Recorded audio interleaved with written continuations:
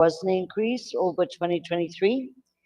In regards to the 26 million and the breakdown of it, I'd like to provide that information. The energy conference was budgeted for, but there were additional costs involved, and so that is approximately 4,800,882. For the AgroFest, money was budgeted for it, but there were additional costs involved, and so the 4.6 million, 4,646,749 is to cover the additional costs for the AgroFest. There were some contributions from some organizations of 1.8 million, but it still left a deficit of the 4.6 million.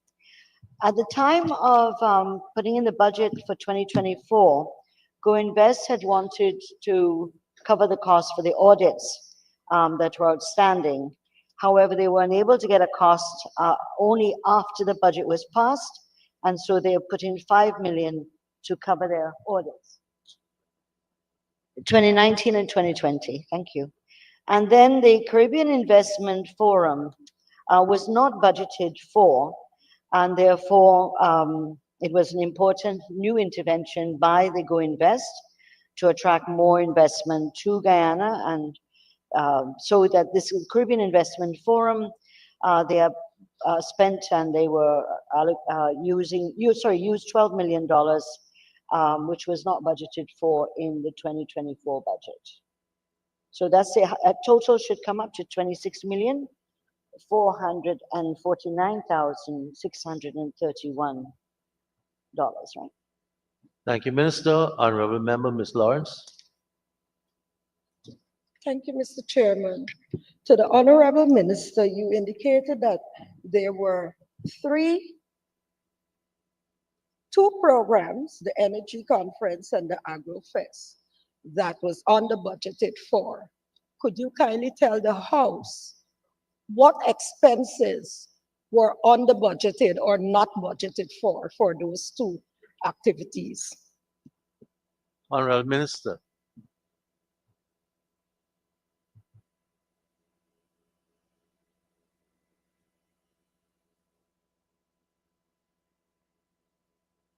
And thank you, Madam Balda. The additional money requested for the AgroFest relates to the coordinating the exhibition space in regards to the number of booths that were increased, and also the agritourism connect meetings. These were transportation issues as well as logistics. So these were because of certain increases that they did spend more than what was allocated. Yeah, please also remember that AgroFest we're talking about is the one held in Barbados. So that was the transportation of delegation of the various people involved. Oh, and also I'm advised that this included freight forwarding and logistics of the exhibition items. So they had to pay for freight forwarding for the items that were sent for the exhibition from Guyana. Thank you, Minister. Honorable Member, Ms. Ferguson. Thank you very much, Mr. Chair. Mr. Chair, to the Honorable Member on that very line item. I heard you, Honorable Member, stated that the AgroFest was held out of country, but there was the energy conference that was held inland. But as far as I'm aware, at that conference, you will have like businesses renting booths and, you know, having their different products on show. Can you say to the Honorable House, one, how many booths there were, and secondly, what were the costs for each booth? Thank you. Thank you very much, Honorable Minister. Yeah, I think we're getting some things mixed up. The AgroFest, one was in Barbados, one was here, and the Guyana Energy Conference was held here. We were not the coordinating body for the energy conference, but Go Invest was identified as the lead government agency for this in terms of coordinating the government involvement in it. And so these costs that are put here include, for example, the extension of the services of Go Invest to assist with the agriculture village that was located in the parking lot of the Marriott during the event, which was beyond what was originally planned for. In addition to that, the agency was asked to stay on for 2 subsequent events, being the CARICOM Heads of Government meeting and the IDB meetings, which were held in February as well. So these were additional requests and tasks that were given that were beyond what was planned for in the budget for 2024 in terms of Go Invest participation or involvement in the Ghana Energy Conference. Thank you, Minister. Honorable members, I now put a question that the sum stated for agency code 01-014 chart of account 6321, that the sum stated herein current expenditure stands part of the estimates. Those in favor say aye. Those against say no. Ayes have it. The sum stated now stands part of the estimates. Let us turn to agency code 01-015, Office of the President, Environmental Management and Compliance, Chart of Accounts 6321, subsidies and contributions to local organizations. And I propose a question that the sum stated herein on the current expenditure stands part of the estimates. Honorable Member, Ms. Lawrence. Thank you, Mr. Chairman. Could the Honorable Minister tell the House this $58 million that you're seeking for the Protected Areas Commission? Again, what aspects of operations are we talking about? Is it that we underestimated for the program set out for the year? Or are these new programs that came on stream during the year?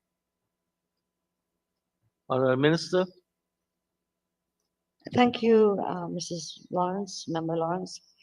These are not new aspects, but are the continuation implementation of the expansion of programs for the Protected Areas Commission, based on the new management plans that they've developed for Shell Beach and Protected Area in Kanaku. And they're also in the process of doing for Kaicho and Conishan. So that it has led to new forestations, for example, that were established. They've had to now look at the deploying new monitoring groups in relation to the giant river otter, river turtle in the Rupununi. So they have hired more rangers in this year, and they've also they have 5 fully furnished research and monitoring stations, 3 outposts, and a site level office funded through the German Development Bank, so that these must all be effectively occupied and operational.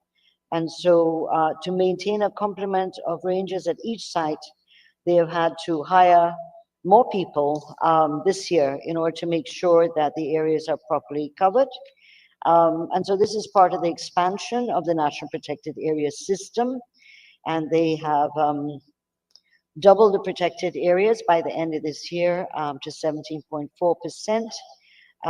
They have, just to give you an idea of the number, they have increased the number of rangers to, I think this year is 12 that they've hired additionally to be able to cover the new sites that have been completed, and they can to do their monitoring and data collection, etc.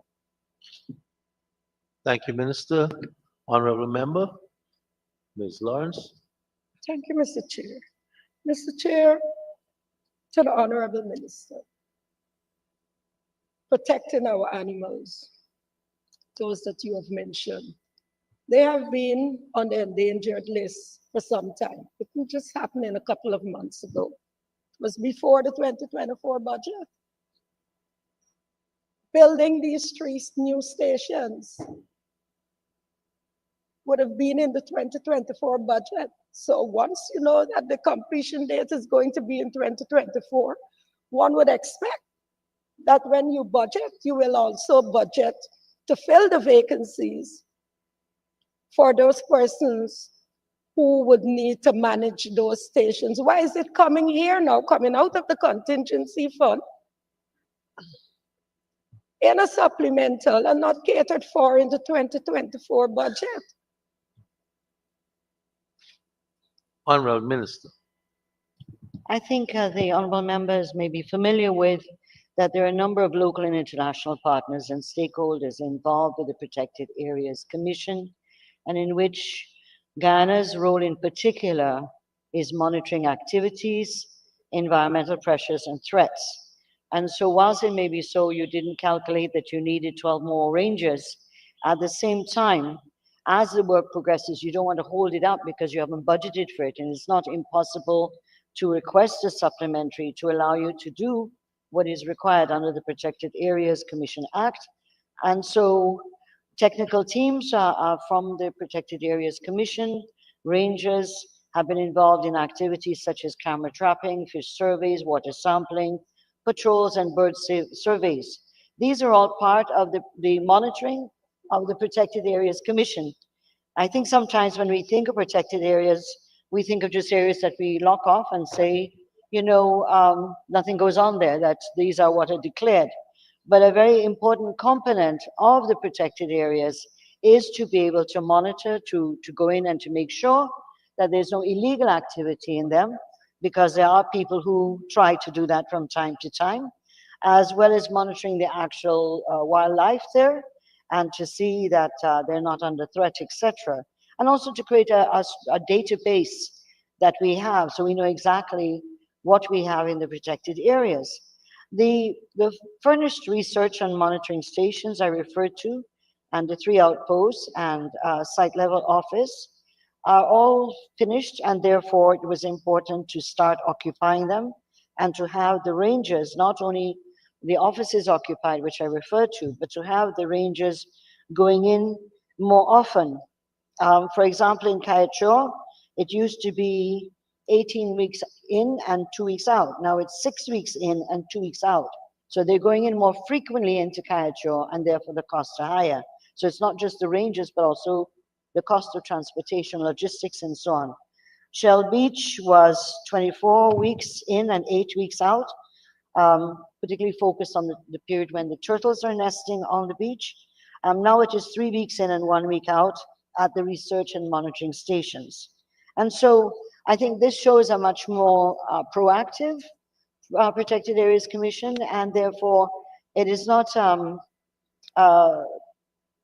something we shouldn't support, because it's very important in terms of reporting to be able to say what is going on in the protected areas, and are we able to ensure that the wildlife there, the flora, fauna are all in healthy state. Kanaku, for example, is 3 weeks in and 1 week out. And so these more frequent visits, more frequent monitoring is very important, and therefore that contributed to the costs going up as well, not only the number of rangers, but also the number of visits, monitoring, data collection, etc. The rangers that have been hired in 2024 and of course in 2025, they are intending to hire more. Thank you, Minister. Honorable Member, Ms. Lawrence. Thank you, Mr. Chair. Honorable Minister, could you kindly tell us how much of the $58 million will go towards these 12 rangers, and it is for what period? And what? Sorry, I didn't hear the last part. The period of payment would be from September to December, or October to December, December 1st to 31st of December.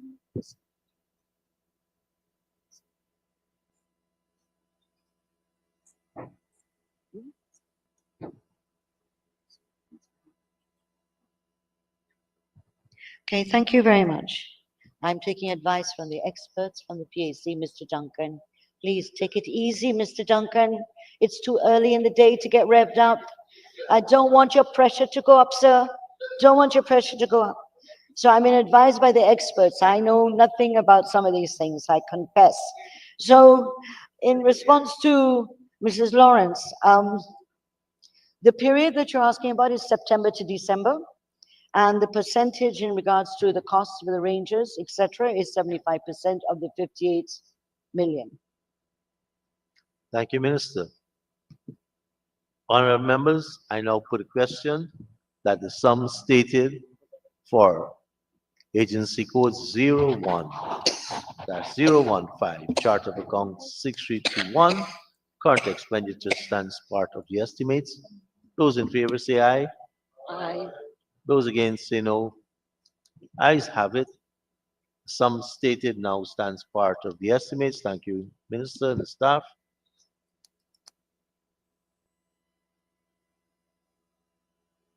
And our attention to item number 2, Agency Code 40-4004, Ministry of Education Primary, Chart of Account 6281, Security Services, and I propose a question that the sum stated herein on the current expenditure stands part of the estimates. Honorable members, I know, Honorable Member Ms. Lawrence. Thank you, Mr. Chair. Mr. Chair, to the Honorable Minister. Could the Minister state what is the increase? Oh, sorry.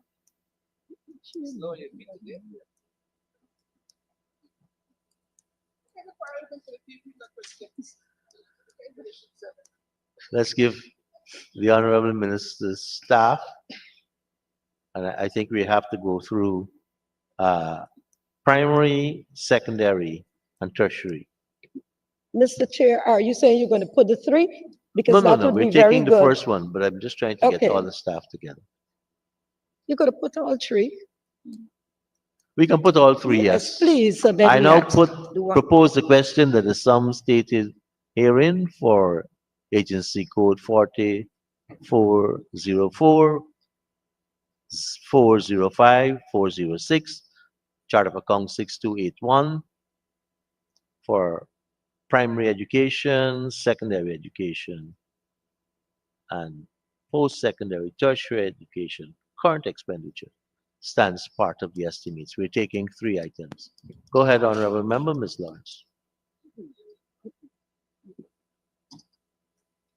Thank you, Mr. Chair. Mr. Chair, to the Minister, could the Minister kindly indicate what period this increase is for? What percentage of increase? Is it an increase on the hourly rate? Is it an increase in the number of security guards at these institutions? And whether this will provide 24 hours service to the schools? So at thank you very much for the question. And at some institutions, it is an increase in the number of guards at the schools. It does cater for 24-hour security. And it also caters for the increase in rates. For the fourth question I think you had was what period? 2024. Thank you, Minister. Honorable Member, Ms. Lawrence. Minister, are you indicating that this increases for the entire year 2024? This is a projection.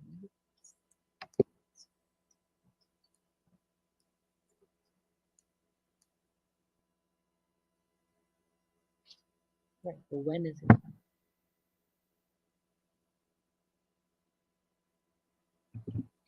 It's for a projection of what will be owed for the rest of the year.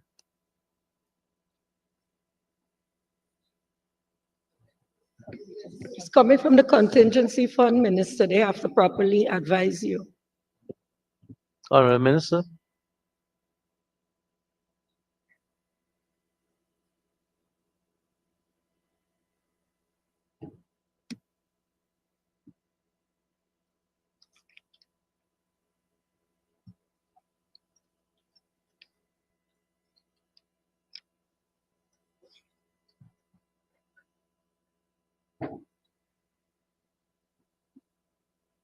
It hasn't been spent as yet.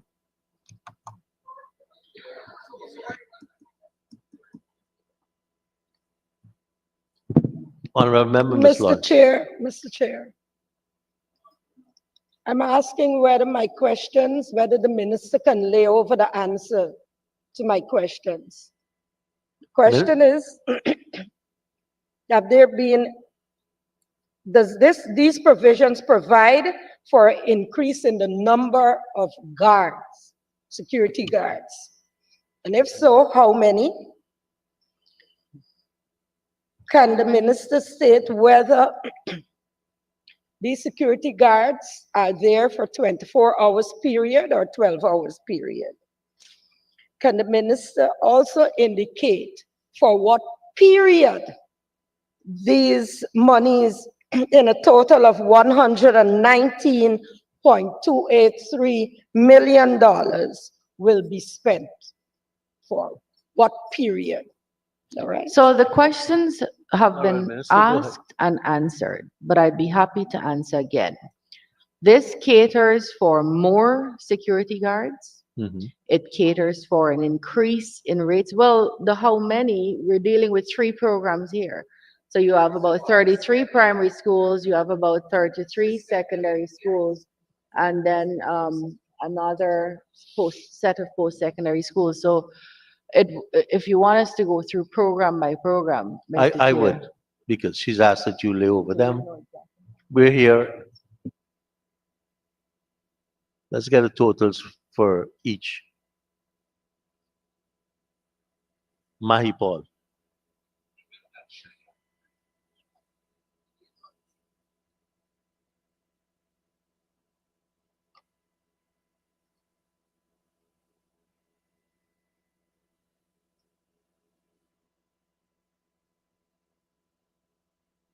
So I'm being advised that to be able to get the number of an increase of guards, they would have to calculate that, so we'd be happy to lay it over. Thank you very much. Thank you very much. Honorable Member, Ms. So can we Lawrence. have the answers to the other parts of the question laid over too? Okay, because Yes. that will go in terms of the number of guards. Sure. Thank you. Mr. Chair, one other question to the minister. These increase in the numbers of guards, is it with a new guard service? Are there new contracts? Or these are continuation of the same contracts that we have in an addendum? So when we prepared the budget at the ministry, and I say we loosely, that's technicians do that. When we prepared the budget and submitted it, in January we signed contracts, and the rates in January were different from the rates offered. Now, all of it, when we went to the budget, all of the security contracts, save one, which is for the exams division, have been publicly tendered and publicly awarded through the National Procurement and Tender Administration Board in accordance with the Procurement Act. So we didn't have contracts prior to. There's no renewal of a contract. It's based on the contract signed in January for the same schools. What? With new rates. That's the issue. Thank you, Minister. Honorable members, Honorable Member, Mr. Mahipal. Thank you, Mr. Chairman.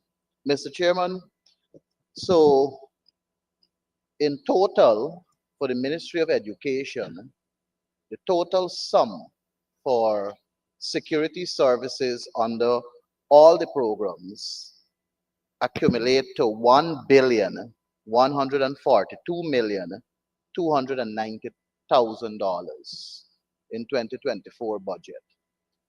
On the website of NPTAB, there were contracts awarded, and the sum total of those contracts awarded are in total of $946,893,485. Sir, the amount that was budgeted in 2024 versus the amount that was towards the contracts awarded to Atlas Security Service Inc., Home Safe Security, Hussein's Security, RK Security, and Queensway, there is a positive difference of $195,396,515. So may I ask the minister, why is there need, given that that sum in total is spread across the programs, why is there a need for an additional $119 million, given that you have that excess when you could have facilitated environments to meet the cost? Honorable Minister.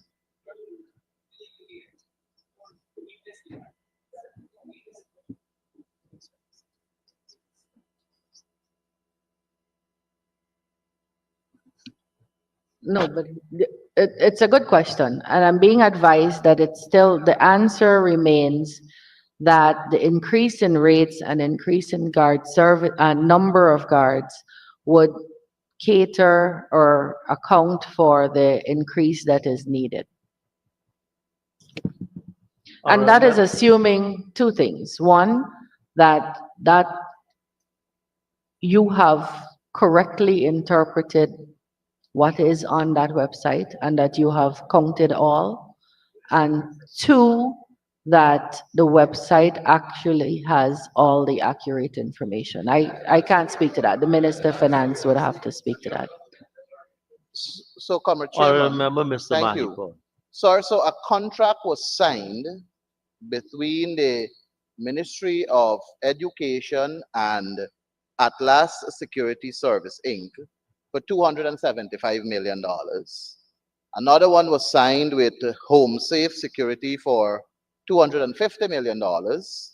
Another one was signed with Hussein Security for $223 million. One was signed with RK Security for $69 million. And one was signed with Queensway for $131 million for the period. And for that entire period, the contract sum is $946.893 million. So what is the reason, may I ask the Honorable Minister, for you to request $119.283 million when in your budget you have an aggregate total of $1.142 billion?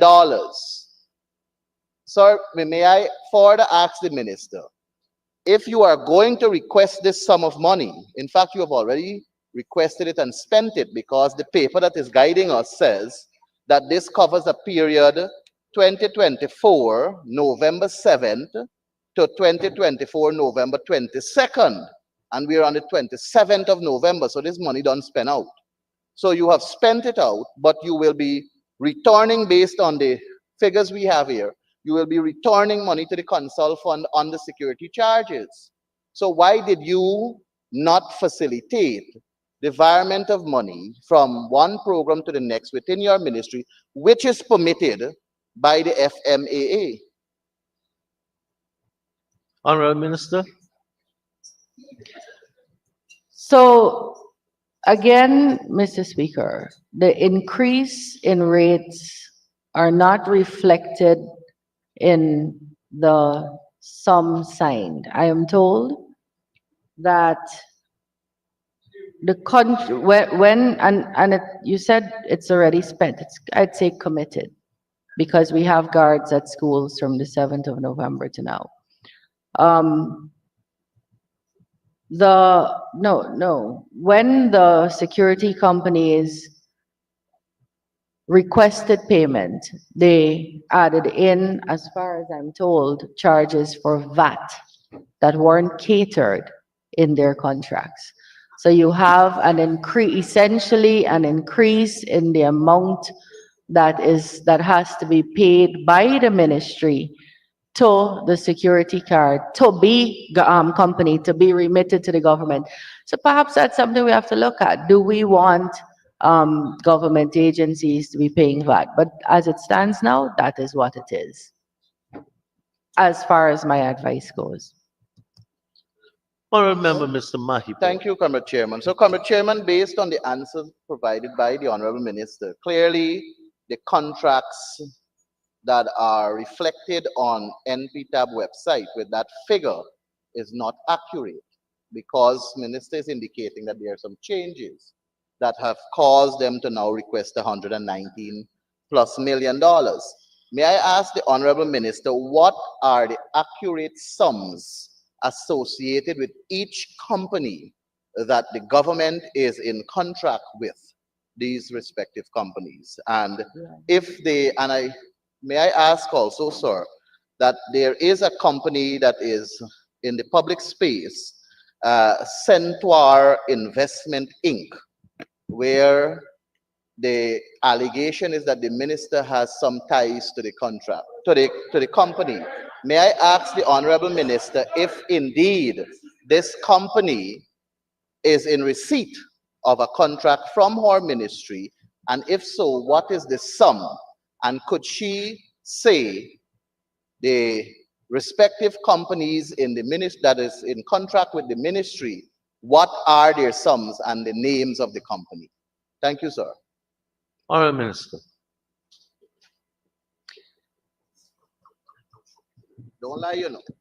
I have a rule, sir, that you deal with the message and not the messenger. I'm sorely tempted here to break my own rule, but I won't. Yeah, don't The do. honorable member stood up in this house and said he read from a website that he is relying on the various names of contracted security companies from the Ministry of Education. And he asks us to treat that as truth. He did not call Contour, or what is it, Centaur. He did not call that name. Yet he stands here to ask me something he already knows. So I will answer you. One,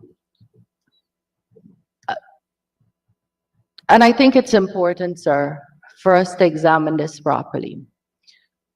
Bringing into this house the cocoa top gaff that is now allowed on social media because of freedoms might be something we want to guard against. But I will answer very clearly. After I saw that myself, I inquired as to the ownership of Centaur or Contour, and it is owned by a young Guyanese of African descent named Kwesi Monroe. We are very happy. We are very happy in the People's Progressive Party civic government to offer opportunities for growth and thriving to young Guyanese of all ethnicities, and particularly of African descent. I have no ties. I have no ties to any security company anywhere in this country. None. Neither me, nor my husband, my brother, my sister, my parents are dead. None. Absolutely none. The other question that you asked is whether or not the Ministry of Education has awarded any contracts through, of course, the NPTAB to that company. And I'm happy to tell you, although I would have no problems awarding any contract to anybody who has bid and won the bid, that this company has never been given any contract from the Ministry of Education while I was the Minister of Education. Do you have any other questions? Honorable Member Mr. Mahipo, do you have any other questions?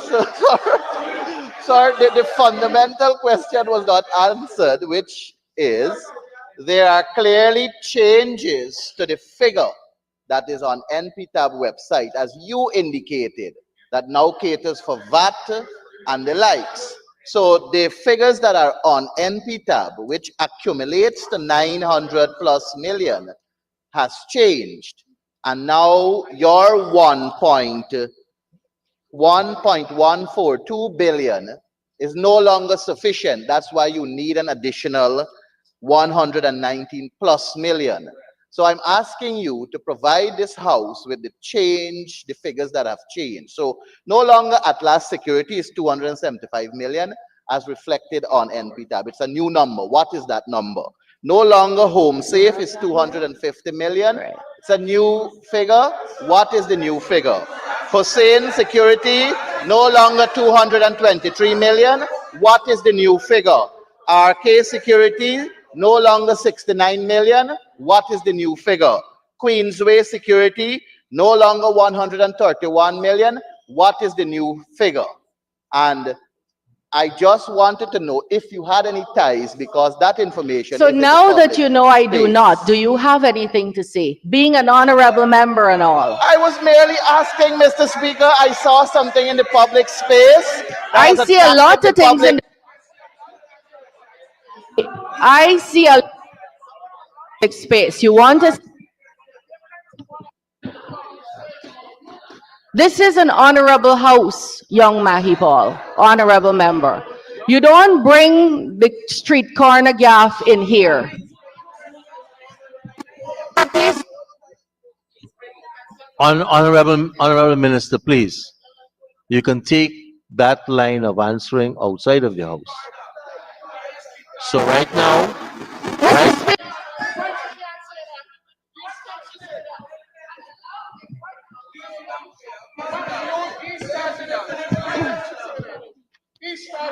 Mr. Speaker, Honorable Minister, I'm on my feet.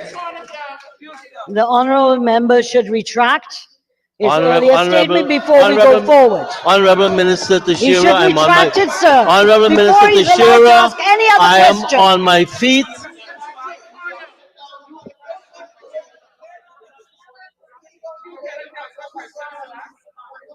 Honorable members, I'm not going to tolerate any breakdown in this aspect of our session this afternoon. And we have seen absolute disregard by two honorable members in this house. When a speaker stands on his feet, everyone sit and shut up.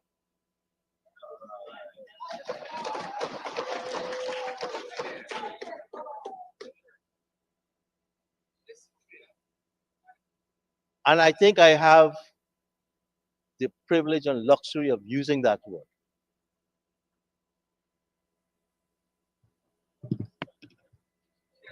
Honorable members, I now put the question. Sir, there's a question on the I floor. now put the question because question on the floor, the honorable sir. member, Mr. Mahipal, is clearly on a different path than what we are here for.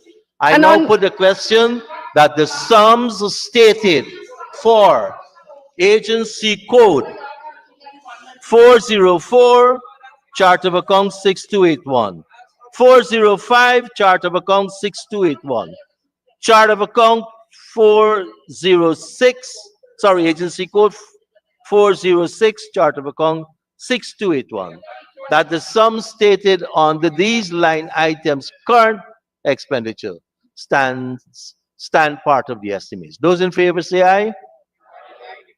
Those against say no. Ayes have it. The sum stated now stands part of the question. Thank you very much, Honorable Minister, and your staff for taking us through this item.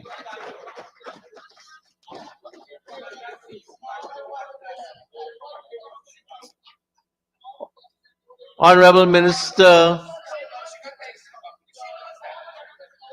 of Local Government and Regional Development. The next items are for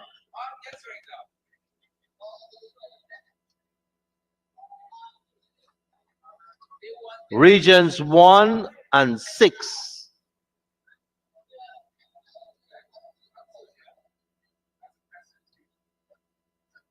Honorable members, I now propose the question that the sum stated for agency code 71-713,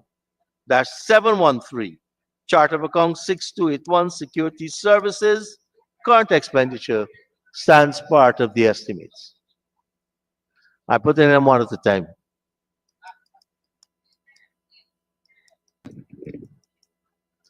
I know the honorable member, Ms. Lawrence, was well intentioned,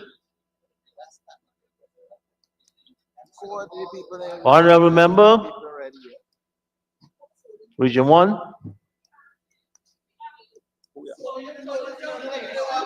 The, the minister can answer off the top of her head, I'm confident.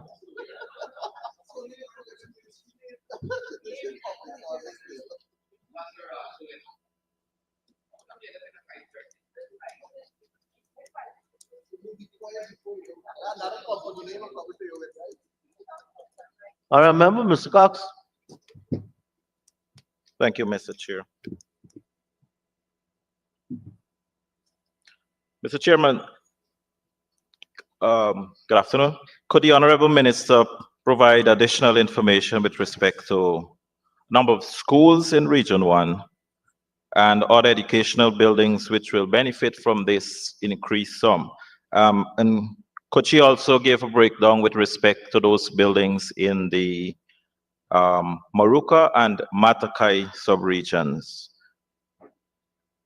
The third question is, could the Honorable Minister also provide information with respect to the names of these companies and whether these buildings will benefit from 24 hours security,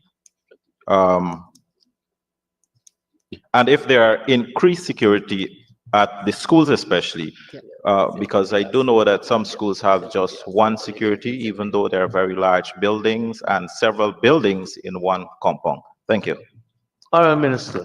Thank you very much, Mr. Speaker. Thank you very much, Honorable Member, for the question. Yes, there has been an increase, and we have the breakdown.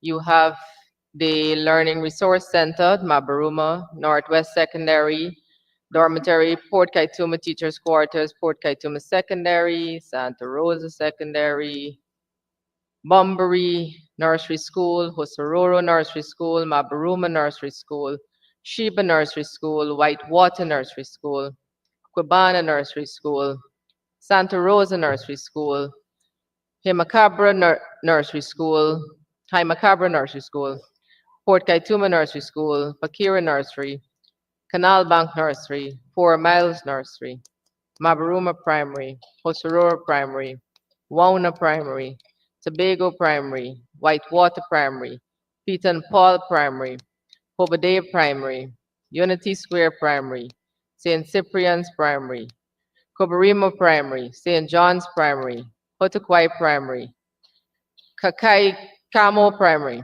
St. Dominic's Primary, Paiwakoro Primary, St. Anselm Primary, St. Anthony's Primary, St. Margaret's Primary, St. Ninia's Primary, Sacred Heart Primary, Blackwater Savannah Primary, Blackwater Barima Primary, Baracina Primary, St. Mary Primary, Barbina Primary, Port Kaituma Primary, Matthews Ridge Primary, Baramita Primary, Canal Bank Primary, Falls Top Primary, Lower Kaituma Primary, Santa Rosa Primary, Waramuri Primary, St. Nicholas Primary, Quibana Primary, Northwest Secondary School, Port Kaituma Secondary School, Baramita Secondary Department, Santa Rosa Secondary School. I don't think in the history of Guyana we've ever heard of so many schools, Mr. Speaker. We haven't heard of so many schools in the history of this country. And so we have Strategic Action Security Services as the company that has the security services for these. Thank you, Minister. Honorable So Member, this Mr. government Cox. has done quite well, Mr. Speaker, in terms of providing primary education, secondary education, nursery education, and the infrastructure to go with that. Thank you, Minister. Mr. Cox. Thank you, Mr. Chair. Mr. Chair, I didn't get to hear the last answer to the last question, but could the Honorable Minister repeat the name of the security company and state whether it is the same company that is managing or providing services to the other programs or all 4 programs in the region? Thank you. So I understand my friend's inability to hearing all of those schools being called out, but it is Strategic Action Security Services, and yes, for all the programs. Thank you, Minister. Honorable Member, Mr. Cox. Thank you, Mr. Chair. Mr. Chair, I did also ask earlier whether the schools will be benefiting from increased personnel, 24-hour security Yes. services at all these schools. Yes, honorable member, it's increased personnel as well as 24 hours. Thank you, Minister.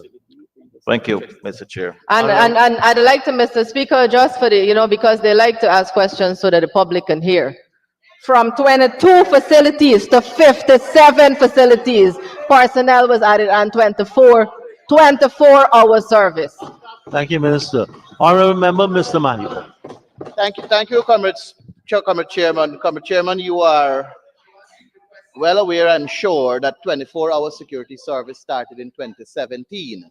Sir, may I ask what is the sum total in terms of the contractual agreement between the Ministry of Local Government and Regional Development, Barima-Waini region, and the company Strategic Action Security, sir, for this year?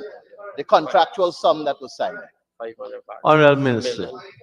546 million, sir, and each facility is different rates as well as and weekdays and holidays. Thank you, Minister. Honorable Member, Mr. Mahipo. Thank you, sir. $546 million.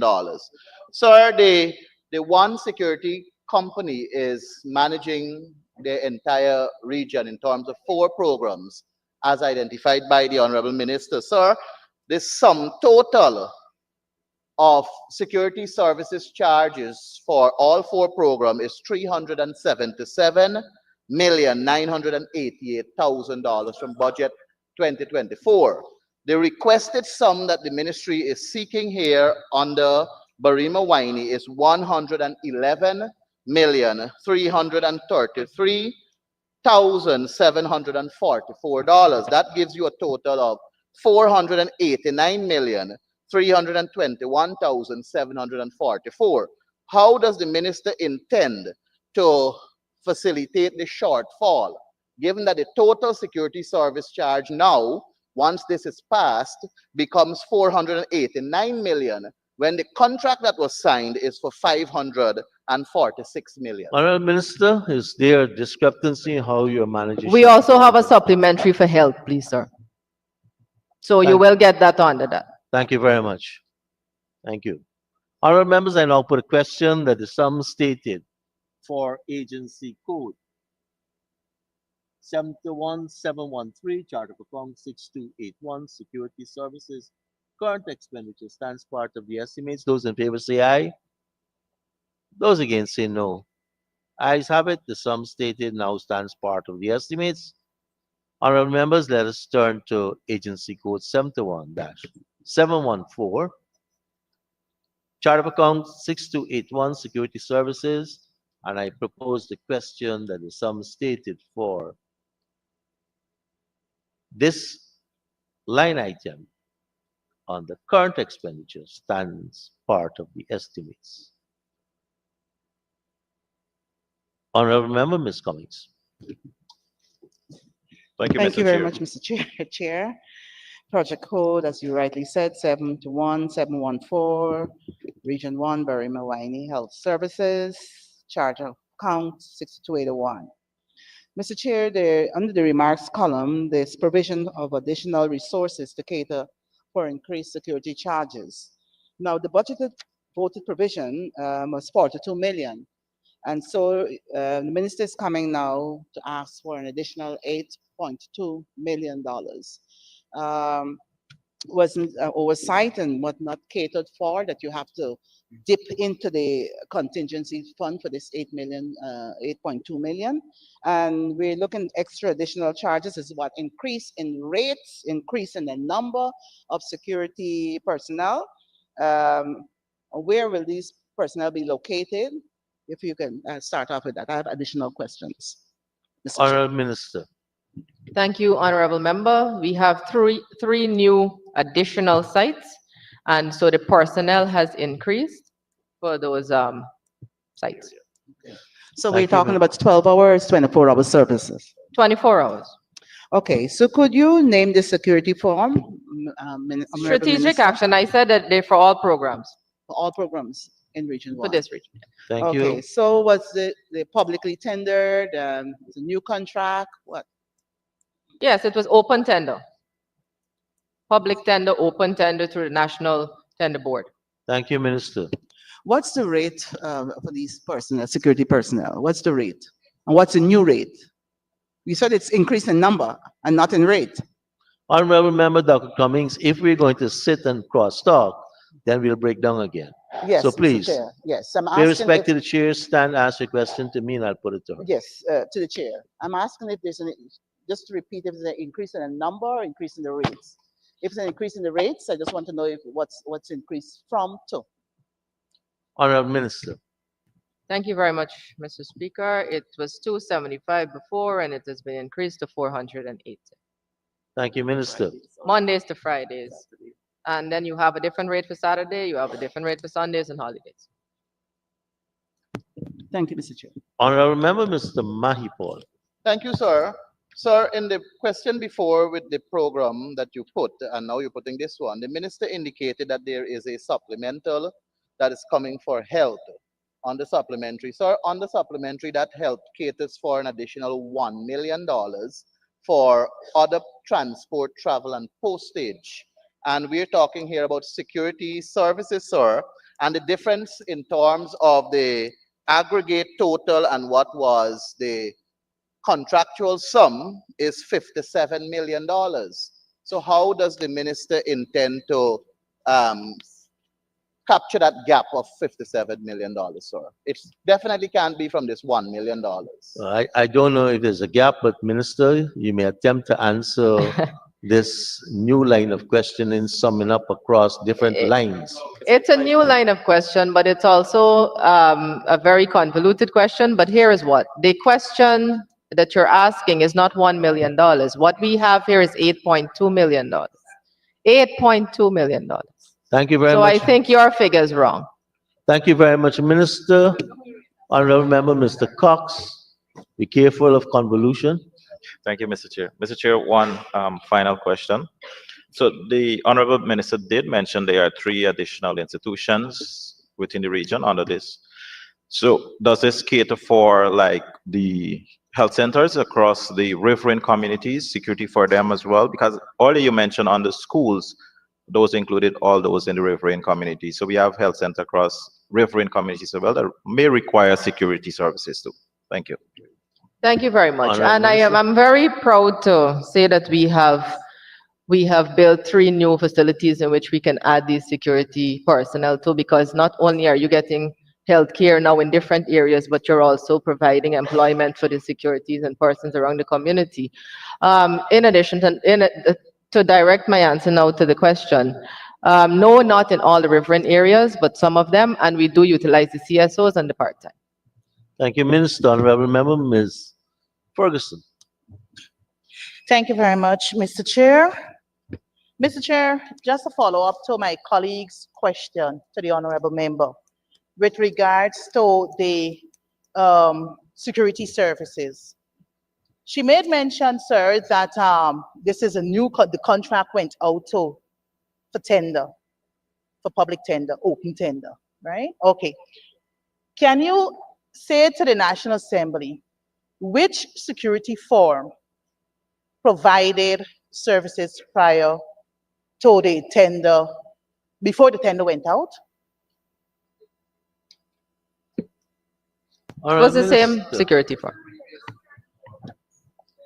But, Mr. Speaker, we are dealing with here right now with this particular security Thank you very firm much, and Minister. through an open public tender process. Thank you very much, Minister. Honorable Member, Ms. Ferguson. No, Mr. Chair, the question is not on whether it is a public tender, because this is monies that you took out from the contingency fund. So I'm asking the honorable member, which security service provided security service to the various buildings between January to October of 2024? And the minister did answer. She's answering for this item here now. But Minister, if you want to take another. Mr. Speaker, I answered this question already, and I Thank you said very that it much. is relevant. Thank you to- very much. Honorable members, I now put a question that the sum stated for agency code 71-714, chart of account 6281, security services, current expenditure. And I put the question that the sum stated herein now stands part of the estimates. Those in favor say aye. Those against say no. Ayes have it. The sum stated now stands part of the estimates. Let us turn to 76-761, agency code, chart of account 6281, security current expenditure. And I propose the question that the sum stated herein stands part of the estimates. Honorable member, Thank you very much. Cameron, we have to- I would like to deal with both of them. Where, could I ask the question, Mr. Go Speaker? ahead, Cameron. Yes. Honorable member. This is 141 million almost that was taken out of the treasury and paid to somebody for increased security services. Could we ask the question, to whom was the 141 million paid to?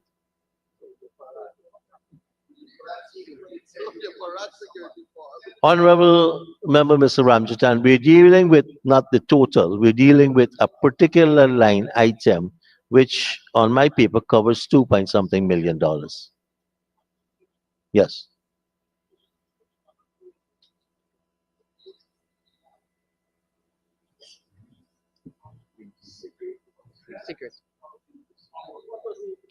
Security guards were increased, please, sir, by 3, and also it is Queensway. Thank you, Minister. Honorable member. Honorable members, I now put a question that the sum stated for agency code 76-761. Chart of account 6281, security services, current expenditure stands part of the estimates. Those in favor say aye. Those against say no. Ayes have it. The sum stated now stands part of the estimates. Let us move to agency code 76-764. Chart of account 6281, security services, current expenditure. And I propose a question that the sum stated herein I have here, stands part of the in estimates. relation to the The honorable 130. member, Mr. Kemraj Ramjatan. Yes. Could the identical question be posed in relation to this sum? Identical And the answer. name of the company? Honorable Minister. Right, so, Mr. Speaker, there are 79 personnel added to 17 schools in Region 6, and it's also Queensway. And what's the name of the company? Queensway. Honorable member, Mr. Ramsden. That's all right. Honorable members, I now put a Mr. question Chairman. that the honorable member, Thank- Mr. Mahipur. Thank you, sir. Sir, may I ask what is the contract sum with Queensway for Region 6 that requires this additional sum of $139.441 million? The contract sum, please, with the region, the total Honorable, sum. honorable Minister. Thank you very much, Mr. Speaker. 1.757 billion. Thank you very much, Minister. Honorable members, I now put a question Yeah, because it's that all the the sum total. stated for So this total agency gonna get code 1.762 76-764, chart of That's- account that's a better 6281, security services, current expenditure stands part of the estimates. Those in favor say aye. Those against say no. Ayes have it. The sum stated now stands part of the estimates.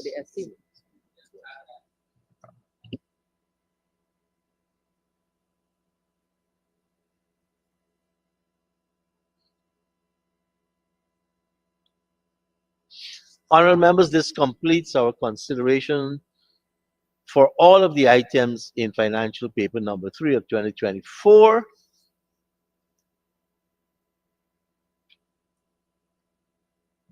Advances made from the contingency fund totaling $456,851,845 for the period November 11, 2024 to 22nd November 2024. And I now propose a question that this sum stands part of the estimates. Those in favor say aye. Those against say no. Ayes have it. The motion is carried. Let the assembly resume.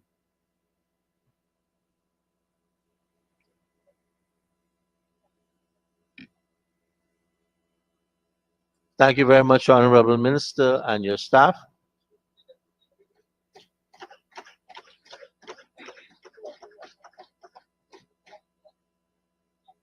Honorable Senior Minister in the Office of the President with responsibility for finance and the public service. Thank you. Thank you very much. Mr. Speaker, I wish to report that the Committee of Supply has approved of the proposals set out in Financial Paper number 3 of 2024, and I now move that the Assembly doth agree with the committee in the said resolution. Thank you very much. The question is that the Assembly doth agree with the committee in the said resolution. Those in favor say aye. Those against say no. Ayes have it. Motion is carried. This completes our consideration of financial paper number 3 of 2024. We now turn our attention to financial paper number 4.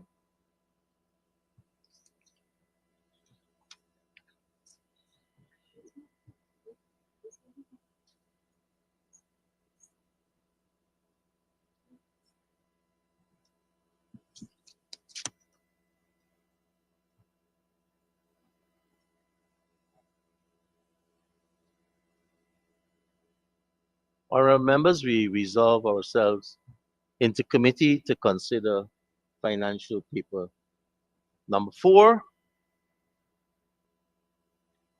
Honourable Senior Minister in the Office of the President with responsibility for finance and the public service.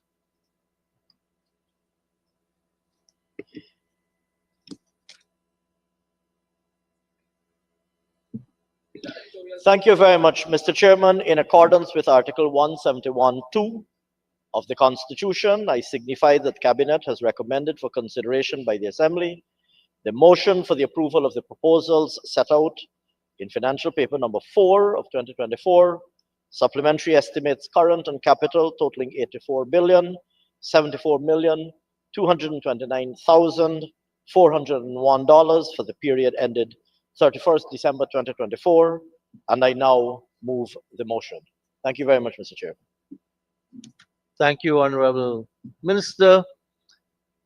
Honourable members, let us now look at Agency Code 02-022, Office of the Prime Minister, Disaster Preparedness, Response and Management.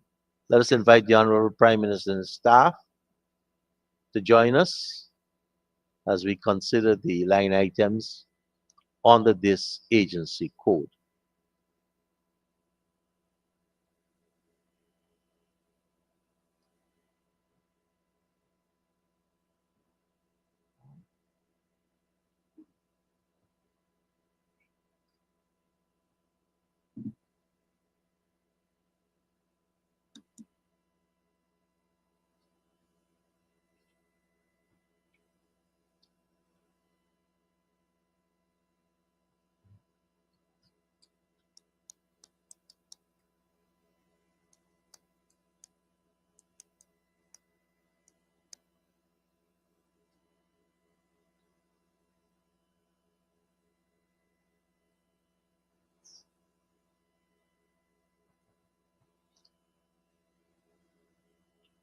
Honourable members, we are at Agency Code 02-022, OPM, Disaster Preparedness, Response and Management, Chart of Account 6243, Janitorial and Cleaning Supplies, and I propose the question that the sum stated herein stands part of the estimates.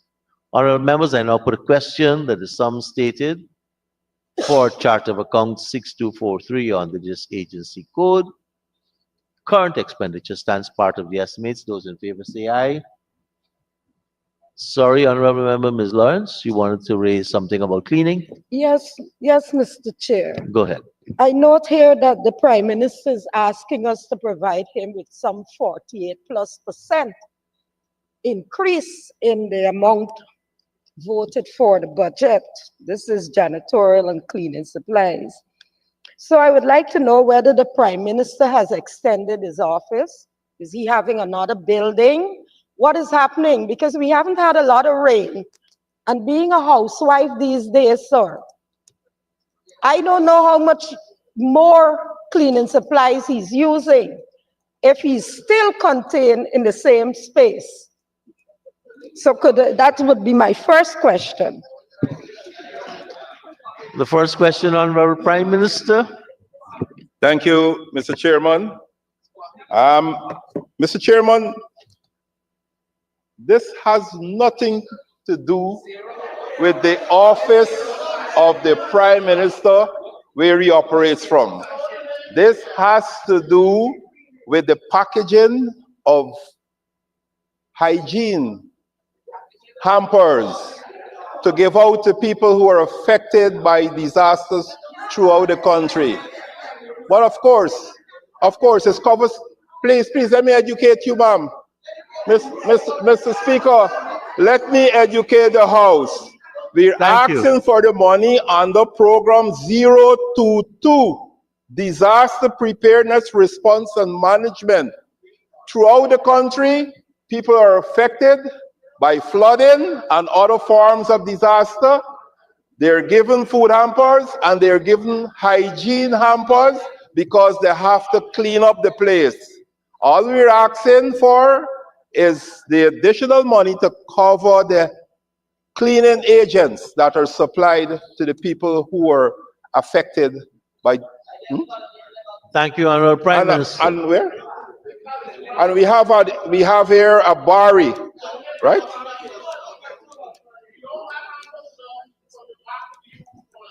Honorable Member, Ms. Lawrence. Mr. Chair, thank you. Mr. Prime Minister, could you kindly tell me how many packages you're catering for here? And why was it not foreseen? Listen to me. No, you don't foresee disaster. Why was it not foreseen? Because this is not the first time you're coming back here asking for monies for these things. Or could you say whether you're asking for this money as a result of the increase in prices of commodities that the Guyanese people face, and unlike the government side, they don't face increase in prices? Honorable Prime Minister.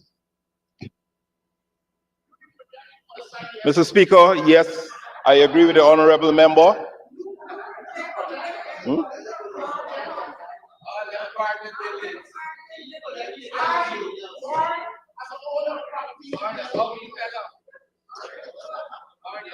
Mr. Speaker, may I?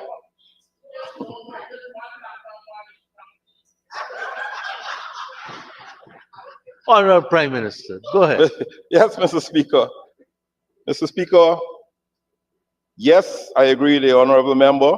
We did, based on our projection, ask for a sum of money. However, the year 2024, we've had more interventions than in the previous year, and the interventions demanded that we utilize what was asked for. All we're doing now, this is the month of November, and you know the rainy season, November into January, February. We're just asking for this additional amount of money to replenish and prepare to continue helping people who are likely to be affected.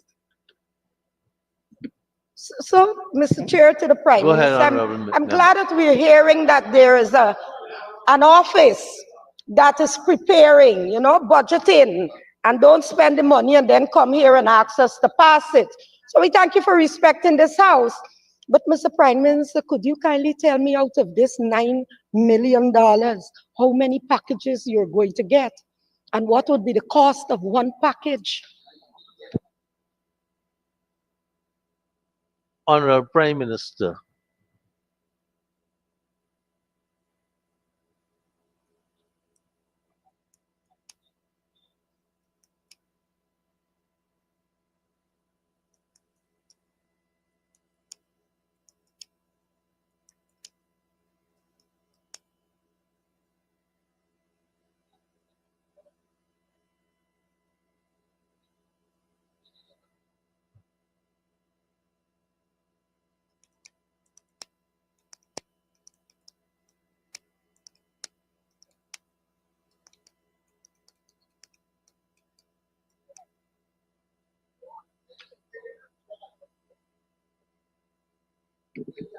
Sorry about that, Mr. Speaker and honorable member. We just have to get the figures right.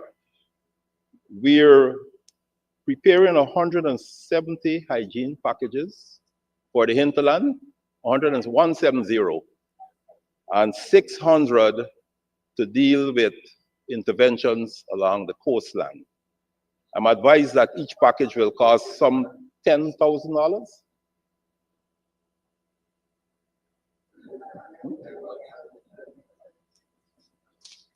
Thank you very much, Honorable Prime Minister. Honorable Member, Ms. Lawrence. Thank you. Mr. Chair, I'm happy to hear about hygiene packages. Could the Prime Minister, however, indicate to us of the $21 million that you spent? Could you disaggregate it and get some for your mouth? I'll get some for your mouth, Honorable McCoy. I'll get some hygiene for your mouth. Your mouth. Honorable Member, Ms. Lawrence, please. Yes, but Mr. Speaker, I'm very respectful to you in this house. But Mr. McCoy is allowed to abuse women in this parliament and nothing is said to him. And I will not allow him to do that to me.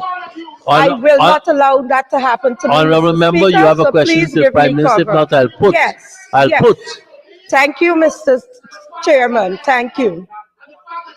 Answer the questions, man. You are not a minister. Relax yourself. You don't got no budget. Honorable Prime Minister, the question lost me.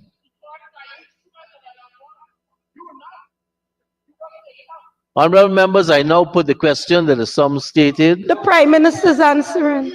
Prime Minister.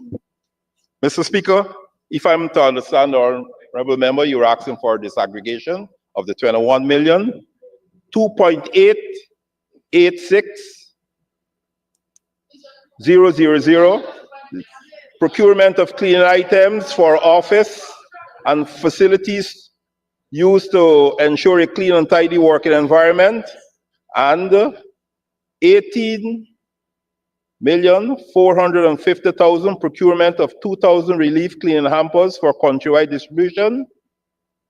And we would have had 500 for Region 4, 600 Region 5, 200 Region 6, 300 Region 10, 400 Region 9. And I did answer before I give you some figures in terms of what we're putting together based on what we are asking for today. So Mr. Chair, just to Honorable conclude. Member, please. You know, especially Honorable Member Ms. Lawrence and many of us who've been here a little while. You're asking the Prime Minister to deal with an item we considered during the budget estimates. We're now dealing with this supplementary, which is 9 million. That's why I totally ignore what you said. I was more concentrated on the aside you had with respect to washing somebody's mouth. So, the Prime Minister, if I were sitting where you are, I would have said during the budget debate, this is what you said. And this is a departure for this additional. I'm not going to tolerate items that we had considered and voted on during the estimates for this budget 2024. Right?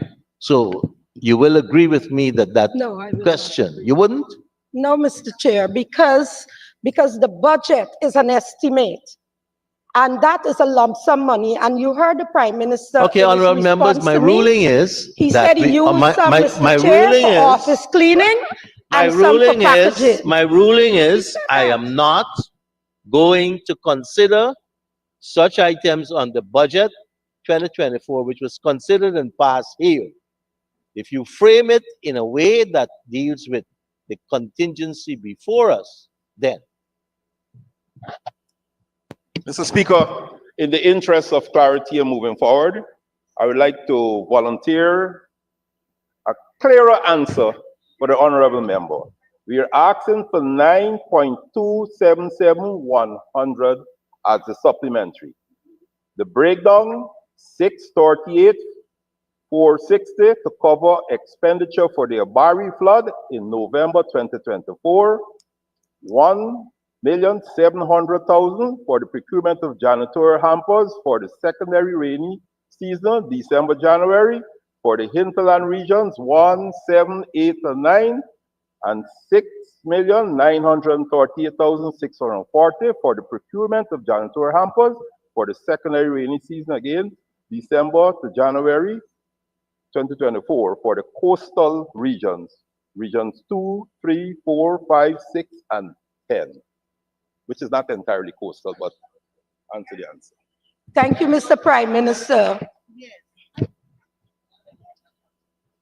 Thank you, Honorable Prime Minister. Honorable members, I now put a question that the sum stated for agency code 02-022, chart of account 6243, janitorial and cleaning supplies, current expenditure stands part of the estimates. Those in favor say aye. Those against say no. Ayes have it. Sum stated now stands part of the estimates. Chart of account under the same agency 6261, local travel and subsistence. And I propose the question that the sum stated herein on the current expenditure stands part of the estimates. The Honorable Member, Dr. Cummings. Thank you, Mr. Chair. Mr. Chair, the voted provision, well, there wasn't any voted provisions, but I want to ask the minister, when during the debate, I had asked about regional plans as well as the national plans. So this $2,600,000, is it to cater for the local travel around the regions, or is it from the national level going into the regions? Personnel. Honorable Minister. Thank you, Mr. Speaker. To answer the honorable member, $2,600,000 asked for quarterly earthquake monitoring in Region 9. In December, $600,000, part of our early warning system monitoring of water sanitation and hygiene program in Region 1, $400,000, Region 7, $500,000, Region 8, $500,000, and $600,000 for routine operations in November and December. Thank you, Honorable Prime Minister. Yes, a follow-up Honorable question. Member, Dr. So Cummings. the capacity is not being built in the region as such. This is coming from meteorological department, or that's I just want to know, because we want to build. I mean, it should be 10 democratic regions, 10 developmental regions, and we want to improve to narrow the gaps between the coastal and the hinterland. So how going forward? Honorable Prime Minister. Mr. Speaker, again, thanks to the honorable member. What has started, the end result will be capacity not only being built at the central level, but at the regional level. Because as we monitor, we also have people on the ground who receive training, to submit reports to the central location. So yes, to answer your question, the expertise may lie now at the central level, but the capacity is being built at the regional level as we continue this process. Thank you, Prime Minister. Honorable members, I now put a question that the sum stated for chart of account 6261, local travel and subsistence, current expenditure stands part of the estimates. Those in favor say aye. Those against say no. Ayes have it. The sum stated now stands part of the estimates. Chart of account 6265, other transport, travel, and postage. And I propose a question that the sum stated herein, current expenditure stands part of the estimates. The honorable member, Ms. Lawrence. Thank you, Mr. Chair. To the Honorable Prime Minister, I know that you're asking for some 50+% increase on your budgeted allocation. Could you kindly say if this is due to the increase in costs, or this is due to the expanded programs that you're doing? Honorable Prime Minister. Mr. Speaker, again, I thank the honorable member for the question. It is due to both an increase in costs and the expansion that you outlined in your question. Perhaps if you want me to, I can disaggregate how we're going to spend the money, if that will be helpful. May I, Mr. Chair, respond? Honorable If you can do it, respond to the programs that you said you were going to do. You highlighted 7 or 8 programs just now. Do you have it coordinated like that? You mean in relation to this? Ah, Yes, we do. okay, thanks. Honorable Prime Minister, Transporting hampers to regions 1, 7, 8, and 9, 5 million. Aircraft charter to Mabaruma to monitor migrant population, 800,000. Aircraft charter to Madhya to monitor Southcom project, 940,000. Aircraft charter to Lethem to monitor floods, $1.2 million. Hire pickups for earthquake monitoring in December, 900,000. thank you, Prime Minister. Honorable members, I now put a question that the sum stated for chart of account 6265, other transport, travel, and postage, current expenditure stands part of the estimates. Those in favor say aye. Those against say no. Ayes have it. Sum stated now stands part of the estimates. Chart of account 6292, dietary. And I propose the question that the sum stated on this line item, current expenditure, stands part of the estimates. Honorable Member, Ms. Ferguson. Thank you very much, Mr. Chair. Mr. Chair, to the Honorable Prime Minister. I note in the remarks legend, it has here provisions of additional resources for, no, sorry, provision of additional resources to facilitate an expanded work program. So can the Honorable Prime Minister explain to the House what would have caused the increase and who are the beneficiaries to benefit from this dietary amount of some 79 million you intend to spend before or by December 31st, 2024? Honorable Prime Minister. Thank you, Mr. Chairman. And with respect to the honorable member's question, I think the important word is intent, right? So this is a projection. We come to the House asking for supplementary provision. So with regard to the $79 million, we're asking for it to purchase 3,950 food hampers for the rainy season.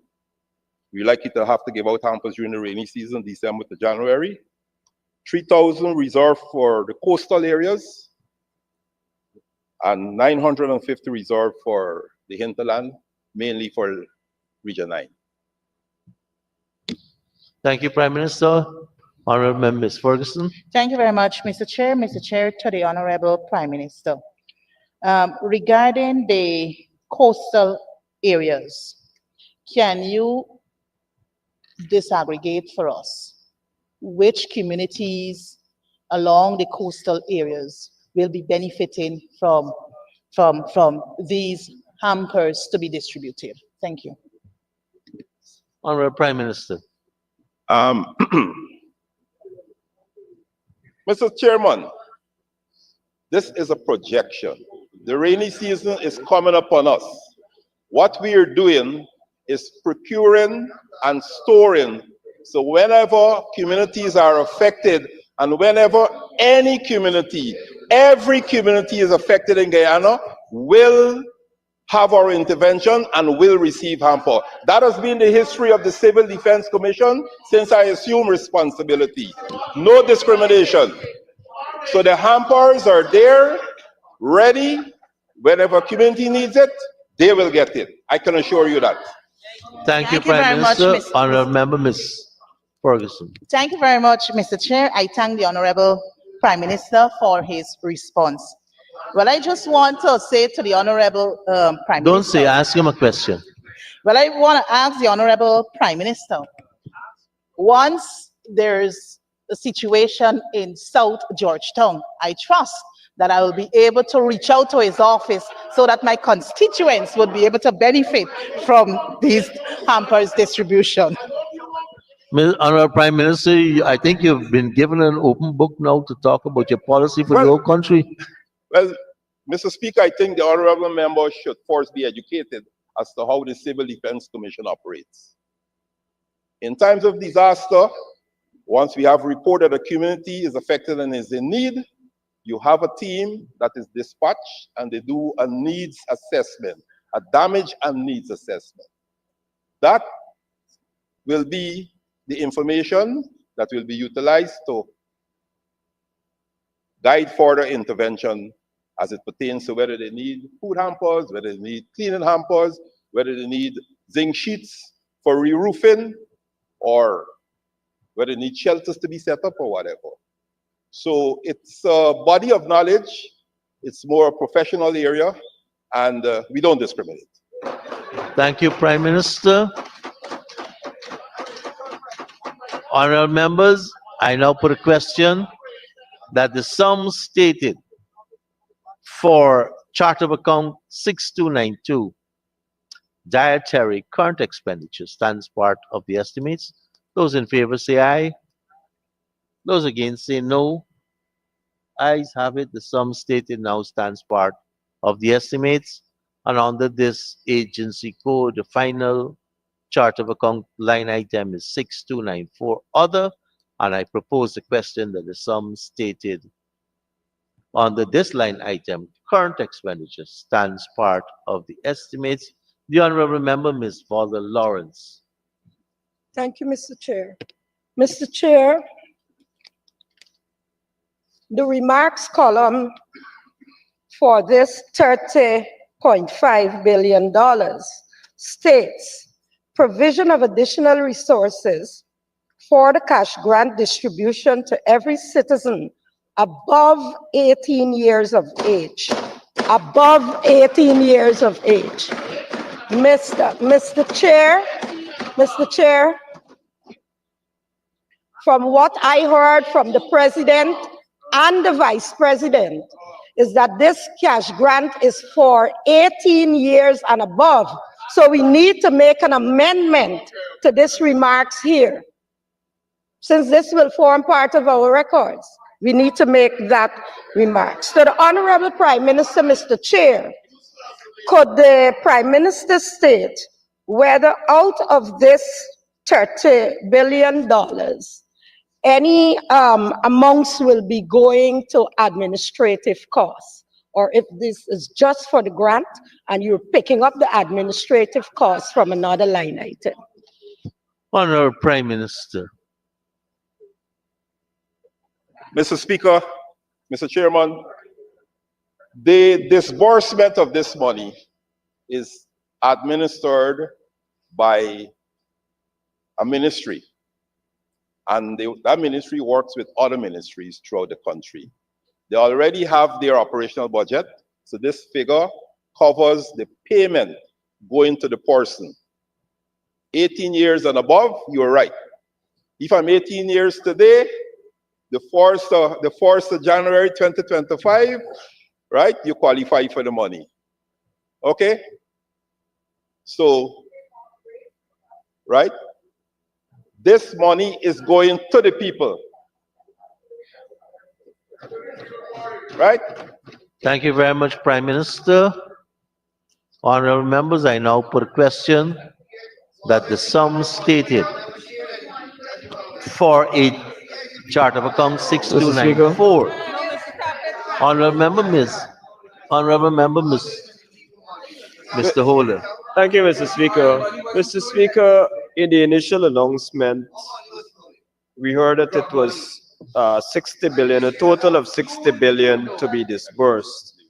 We've since seen some changes, and now we see the amount coming to Parliament as 30.5 billion, which works out to about 305,000 persons 18 and above. So my question is, if this is the government saying that in their estimation there are 305,000 persons 18 years and above, or will we see another paper come into Parliament for another 30 billion before the end of the year? Honorable Prime Minister. Miss, Miss, Mr. Chairman, I'm smiling because I never expect such a question from a fellow member of the House. Today is the 27th of November. The financial year finishes on the 31st of December. So it's just about a month. We asking for that money, and we're gonna pay out that money as fast as possible. Come January the 1st, we go into another budget cycle, and the remainder of money that is needed will be apportioned and allocated from that budget cycle. That is the easy answer. Everybody will get the money, but this is financial management. Financial management at the highest level. Thank you, Prime Minister. Honorable Member, Mr. Holder. Thank you. So is the Prime Minister saying that not all Guyanese will be getting it in this period? And would you confirm the number of persons that you're catering for in your own estimate? Honorable Prime Minister. Yeah.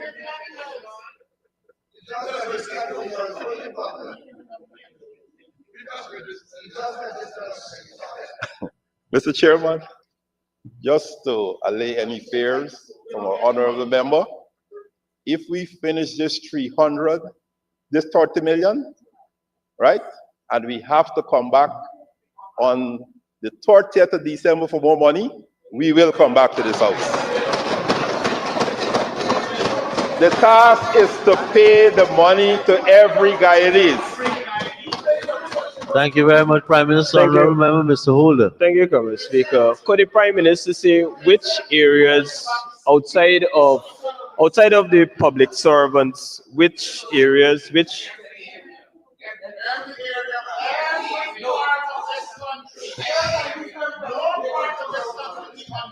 could the Prime Minister state who the persons or what categories are you catering for under this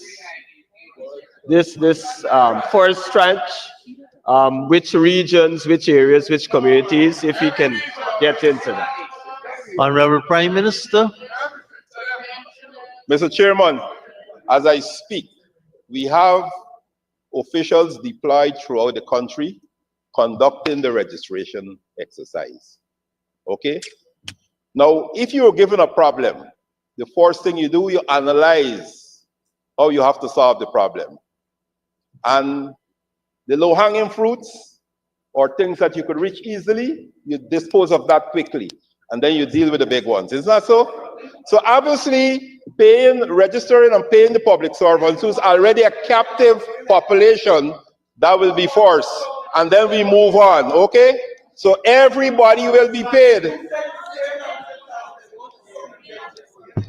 Thank you, Prime Right? Minister. Everybody will be paid, but, you know, you do it in a way, in a structured way. So in the shortest possible time, we pay everybody. So to answer you, you don't have to get up.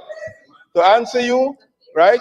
Yes, the public servants getting paid, right? But everybody in every region, we will reach everybody and pay them. Even the most difficult region. In the shortest possible time. But that's the answer. Thank you, Prime Minister. It is ventilated, Mr. Speaker. Mr. Speaker, this issue is being dealt with, in all fairness to the Ministry of Finance, every day on social media, every day in the newspapers. Every day. Thank you very much, Honorable Prime Minister. Let me just get the order that I have. We'll have the Honorable Member, Mr. Holder, conclude, the Honorable Member, Ms. Ferguson, the Honorable Member, Mr. Duncan. Thank you, Comrade Speaker. What I was trying to get from the Prime Minister is if there is a structure in terms of the distribution. I'm trying to get him to tell us or tell his house what is the structure. He said everyone, but there is no outside of the public servants. We understand that all Guyanese we're targeting over 18 years and above, but I'm trying to understand this structure. in terms of the distribution. Now, he said as well that there are persons, teams doing registration across the 10 administrative regions. But I'm not aware, for example, in Region 2, that a registration process has commenced outside of that of the public servants. So there needs to be clarity there. Also, Comrades Chairman, there needs to be clarity. Sir, if you can protect me, I'm trying to ask some questions here for the benefit of the House and for the benefit of the Guyanese people. I will protect you. Please allow Thank the you, sir. honorable Please member and to thank you. ask his Now, question. there needs to be clarity as well in terms of the registration process. Would it be continuous registration or just for a specific period and then you come back for another period? The reason why I'm asking that, because persons have been reaching out to me, especially those that are working in the interior and outside of their region. So they want to know when they come home, they will not be coming home for any registration process, let's say in the next week or two. So when they come, if they can register and uplift their monies, and that's what I'm trying to get from the Prime Minister. Pertinent. Honorable Prime Minister.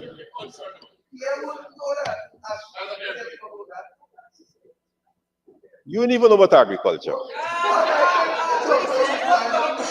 Mr. Chairman, registration is taking place and will take place, will continue to take place throughout the length and breadth of Guyana, right?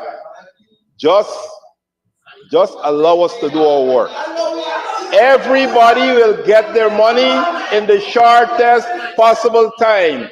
It is obvious that we're dealing with the public servants, right? Because they're already, we know where they're located, it's easier to register them. And when we move from there, we'll go street by street, center by center, and register everybody. Listen for the notice. Thank you very much, Honorable Prime Minister. Honorable Member, Mr. Holder. You register too? One final question, and this is specific to Region 2, maybe in other regions as well. Have you authorized any such teams to be moving around, specifically Region 2, to do registration? I had numerous complaints or numerous reports of persons, teams going around and actually saying to persons, if you don't register, then you will not get, if you don't register under that process or at that time of them visiting your home, then you will not get the money. And so I had cause to advise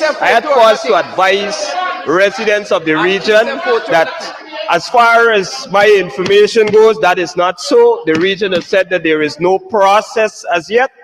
And so that is where we are. So I need some clarity from the Honorable Minister on this matter. Honorable Prime Minister. Mr. Speaker, the registration has started. It is ongoing. However, in the interest of the honorable member, we will, in all the newspapers, have the necessary communication. Even Kaichor? Okay, Mr. Speaker? Thank you very much, Prime Minister. Honorable Member, Ms. Ferguson. We have a lot of questions. Ms. Ferguson, Mr. Duncan, Mr. Mahi Paul, Ms. Desir. Ms. Ferguson. Thank you very much, Mr. Chair, for acknowledging me.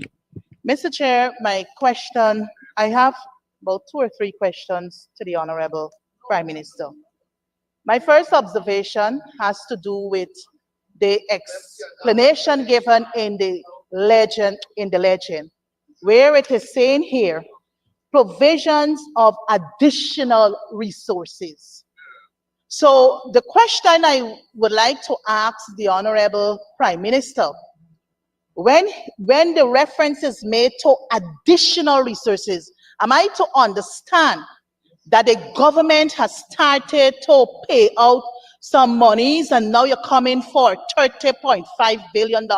Because mind you, Mr. Speaker, Mr. Chair, you would recall in the budget speech on the measures, the Honorable Minister of Finance mentioned that there's a $7 billion set aside for cost of living measures. Cost of living measures. So can the Honorable Prime Minister explain to the National Assembly whether the total, whether they've started to pay monies from the 7 billion and they're now coming to the House seeking a $30.5 billion for this 100K. Honorable Prime Minister. Mr. Speaker, I'm surprised. I'm surprised. I am surprised. This is a budget. This is a budget. You have voted provision. If you want $1 more, it has to be additional provision. If you want $30 more, same thing, additional provision. If you want $130 more, same thing, additional provision. If you want $30 billion more, it's the same thing, additional provision. Because you started with a voted provision. Anything above that, additional provision. Another teaching moment. Thank you very, very much, PM. Mr. Chair, thank you very much to the Honorable Member. But I can read, interpret, and understand. Last year, early this year, we approved $7 billion in change. And the explanation given to the by the Honorable Prime Minister, it was for hampers to assist migrants across regions 1, 2, 3, and I'm trying to remember if region 4, it's in the Hansard. There was no mention of a cash grant when we approved the initial $7 billion. So what are you telling me, Prime Minister? Honorable member, there's more statement. Honorable Prime Minister, the person can read, listen, comprehend. You may want to expand and interpret.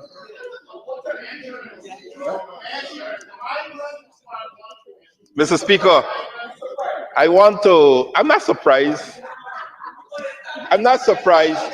What I'm doing here is trying to bring some clarity to the honorable member who's confused by numbers. She's mixing up 92 with 94. 62, 92 dietary. 62, 94 others. Thank you very much, Honorable Member.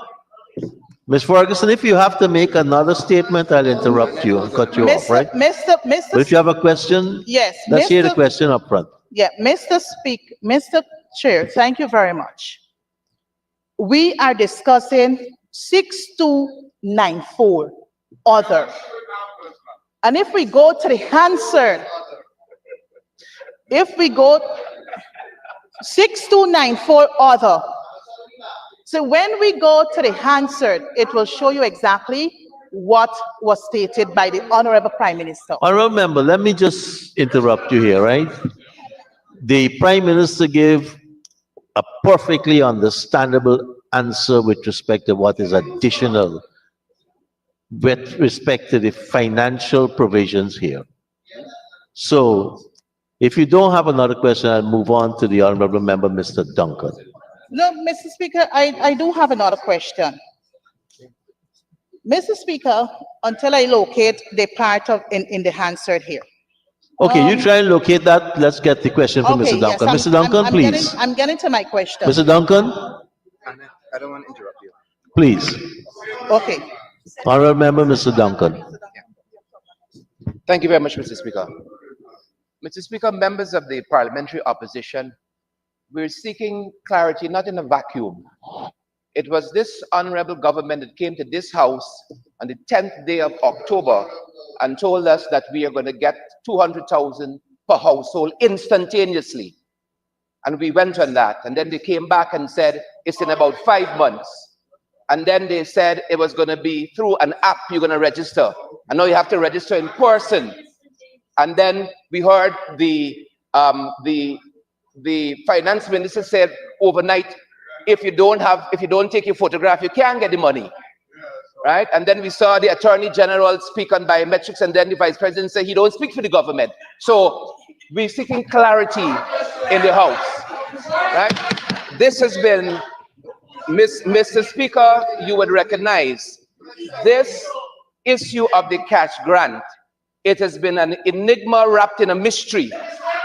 And that is why we're seeking the clarifications we're seeking here this afternoon. Because one person says something else, the president says instantaneously, the vice president says no, in 5 months. In this very house, the president said instantaneously. Okay, honorable member, So for we're not clarity, asking what these do we questions want in a to ask vacuum. the honorable prime minister? Right? The question that I have, my first question, Mr. Speaker, is what percentage of the population is represented in this requested allocation, this 30 billion? Honorable Prime Minister.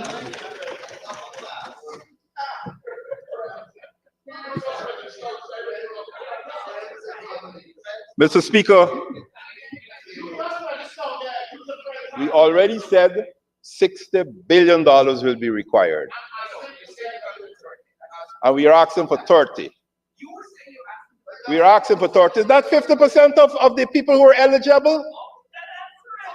50% of the people who are eligible will be covered by the 30. All we're saying, Mr. Speaker, today is the 27th of November. And by our work program, we're going to push hard to pay everybody in the shortest possible time. By the 31st of December, it is envisioned that we will expend, if not all, most of this money. And in the next financial year, we'll ask for the next set of money. Thank you very much, Prime Minister. Honorable Member, Mr. Mahipal. Thank you, Mr. Chairman. Mr. Chairman, the Honorable Prime Minister was kind enough to say $60 billion is required, and this requested sum here of 30.5 billion represents 50%. My question to the Honorable Prime Minister, is there an administrative cost that is associated with this project? He answered that already. Honorable Member, Ms. Amanza may I- Walton Desir. Sir, may I go for Honorable another Member, question? Ms. Amanza Walton Desir. Thank you, Mr. Chair. Mr. Chair, I have a question for the Prime Minister as it relates to the registration process.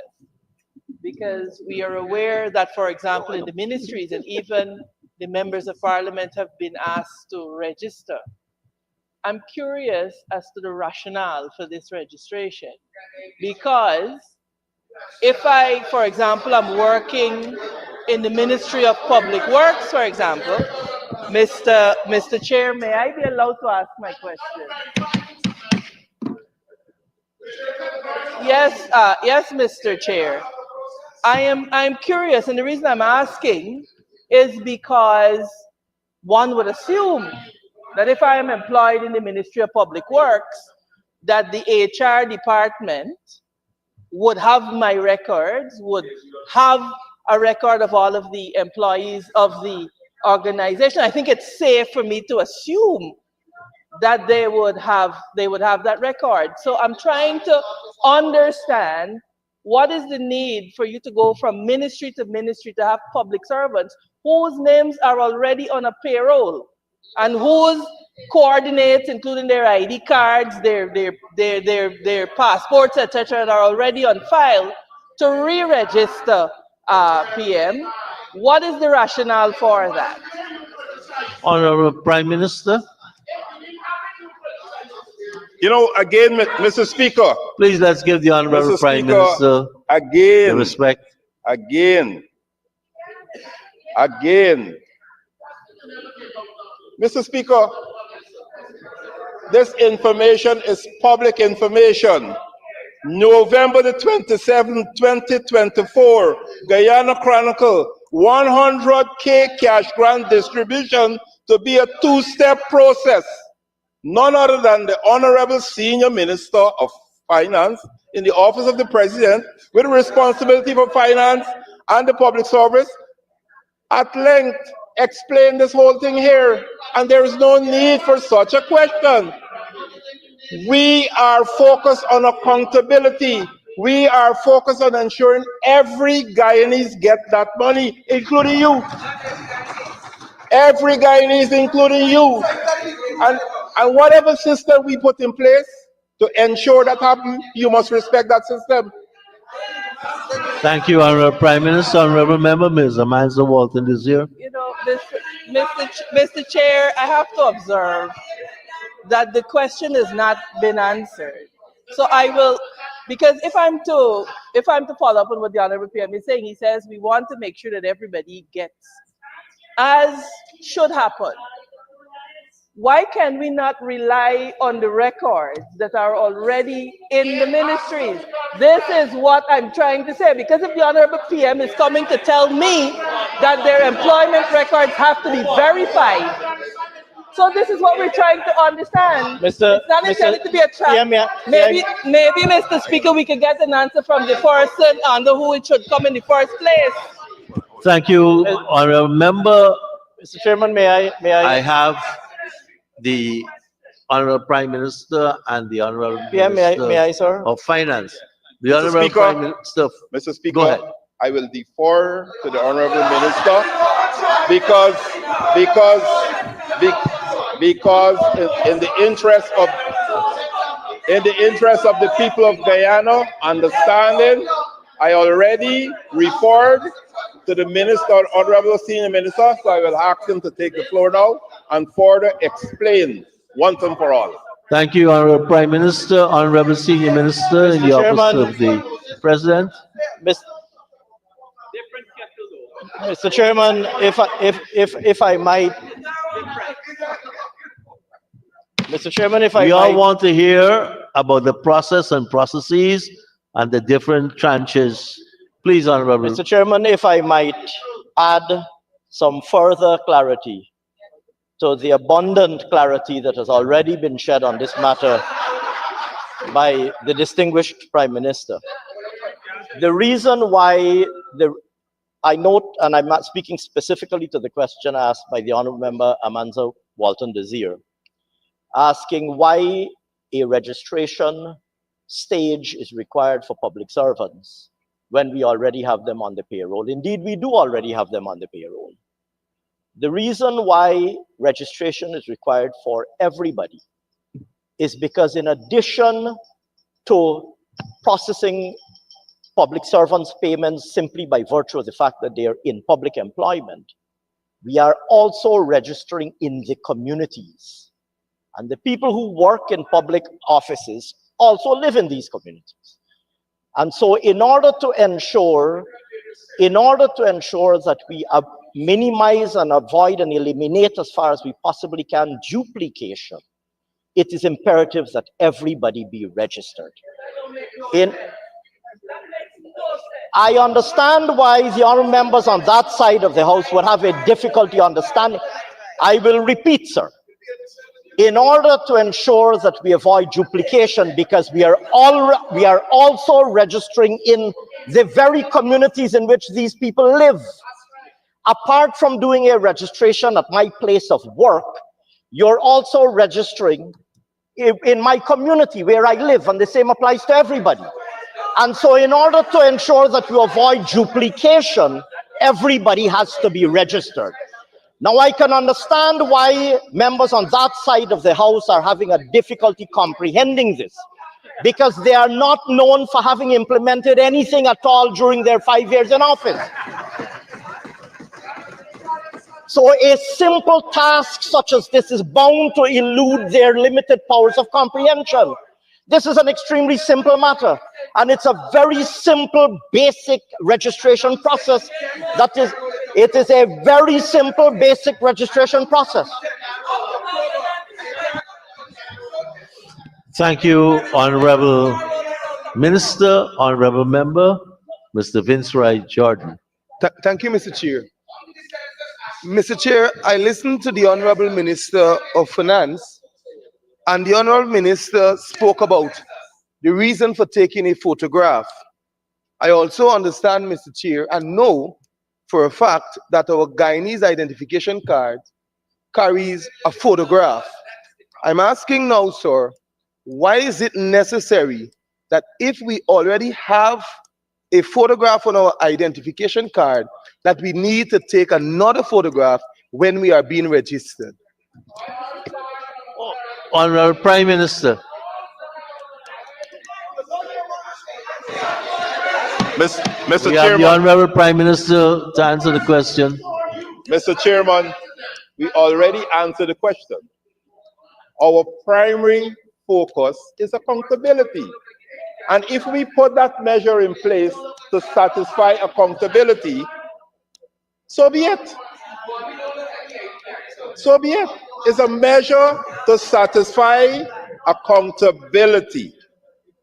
Thank you, Prime Minister. Honorable Member, Mr. Jordan. Mr. Chair, the Prime Minister is saying that it is a measure of accountability. But is the Prime Minister also saying that our national identification card does not look like us? Because it is the same photograph. What is it with our identification card that the same photograph cannot work for the verification and identification to fulfill his accountability needs? We are now repeating ourselves, and I'll give the Honorable Prime Minister another chance to repeat his answer. If he doesn't, I'll now put a question.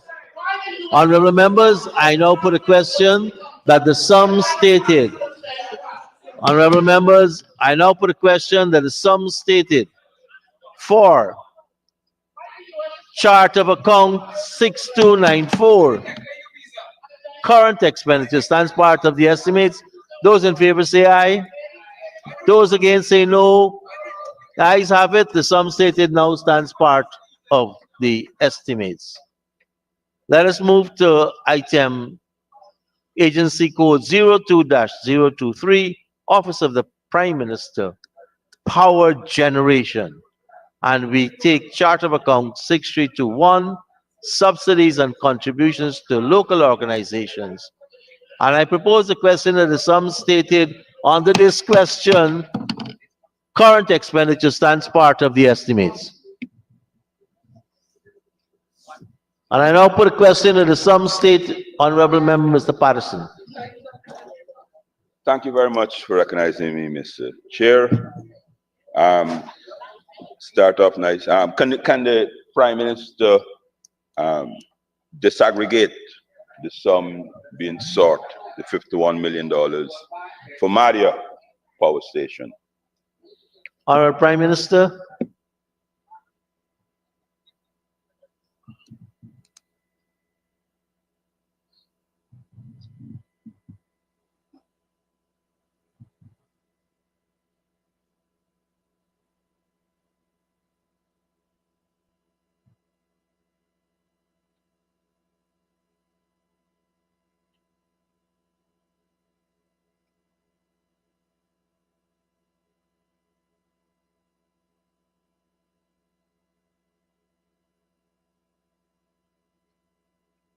Thank you, Mr. Chairman.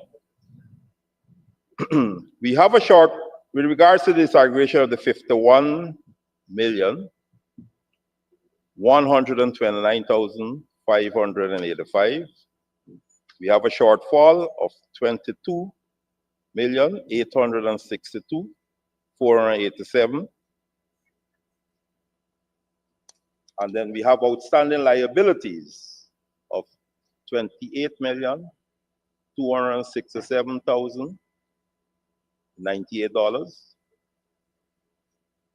And that will give you the sum of the 51,129,582. With regards to the outstanding liability, Guy Oil, fuel, $8 million. Transportation of fuel, 500,000.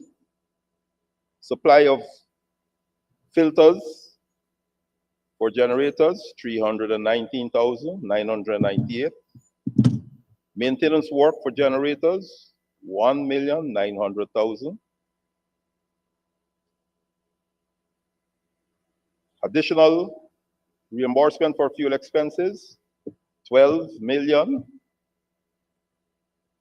Fence repairs, 4,152,100. Upgrade of billing system, 1,395,000. That was the disaggregation.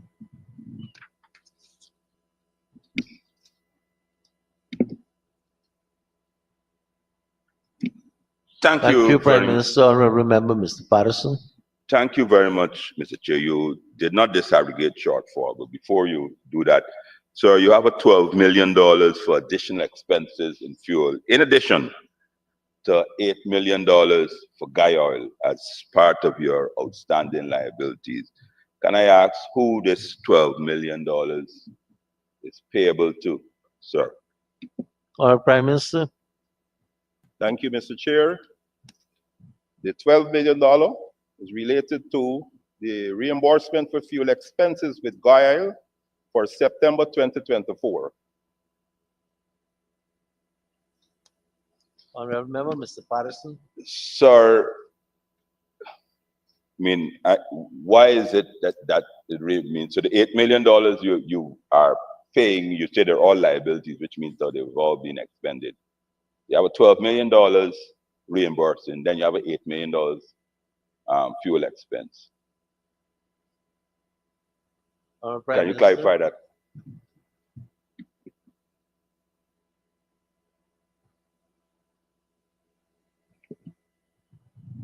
Mr. Chairman, I'm advised that the $12 million is the advancement of payment for fuel to GOIL for September 2024. And the $8 million would have covered the fuel for August 2024. Honorable Member, Mr. Patterson. Thank you very much, Mr. Chair. So, can the Prime Minister confirm the shortfall of $8 million is fuel for the balance of the year?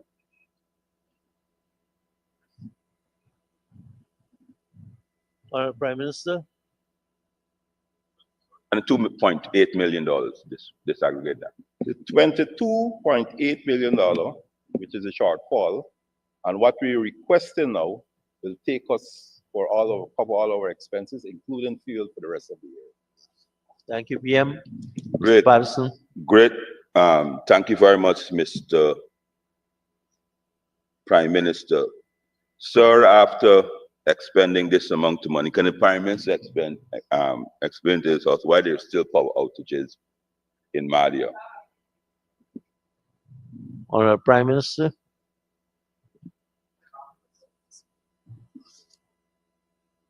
Mr. Chairman, we had several reasons for power outages in Madia. There was even one time where we had to intervene and purchase a brand new generator because the generator started to malfunction. It's been there for a long time. What we're doing now, we're repairing and maintaining those generators. So if, for example, a generator is undergoing maintenance, there will be some reduction in the power available to the community. As it is right now, the generators are working. Thank you, PM. Thank you very much, Mr. Chair. Mr. Chair, I'm aware that there is a solar farm in Madia. Can the Honorable PM say what amount of power that is contributing? And is it working is it working completely? Honorable Prime Minister.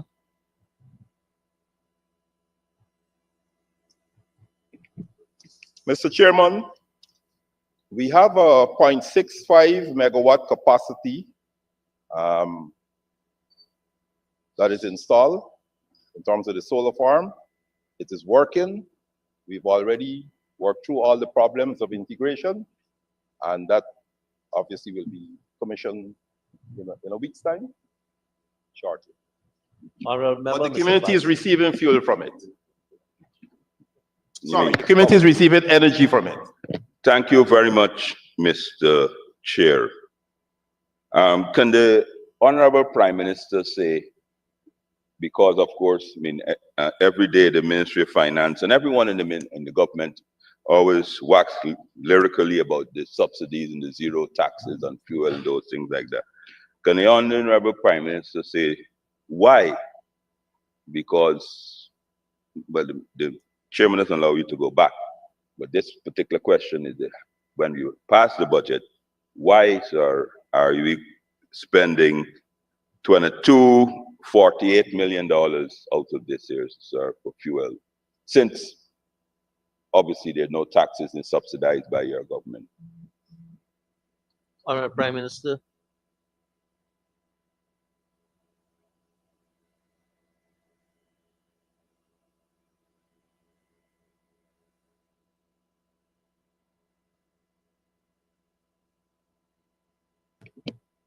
The simple answer, Mr. Chairman, is that there's an increase in demand. We're connecting more homes. There's an increase in demand. And the fuel prices, yes, everybody's aware that fuel prices would have went up. And therefore, notwithstanding the fact that government would have removed the taxation on imported fuel, the real price that we're paying for fuel has increased. Thank you, PM. Mr. Patterson. Thank you very much, Mr. Chairman. Sir, I know we're coming on to that. Sir, I know that when the much talked about gas to shore project, which we'll come to shortly, is completed, the government has said that the consumers in the Demerara Berbice interconnected grid can expect their fuel prices to their electricity costs to be halved. Can I ask the Honorable Prime Minister, what can the residents of Madia expect, and when can they expect the prices and the cost that they pay for electricity to be halved, like what you're bringing to Georgetown and the rest of the Demerara Berbice grid? Honorable Prime Minister.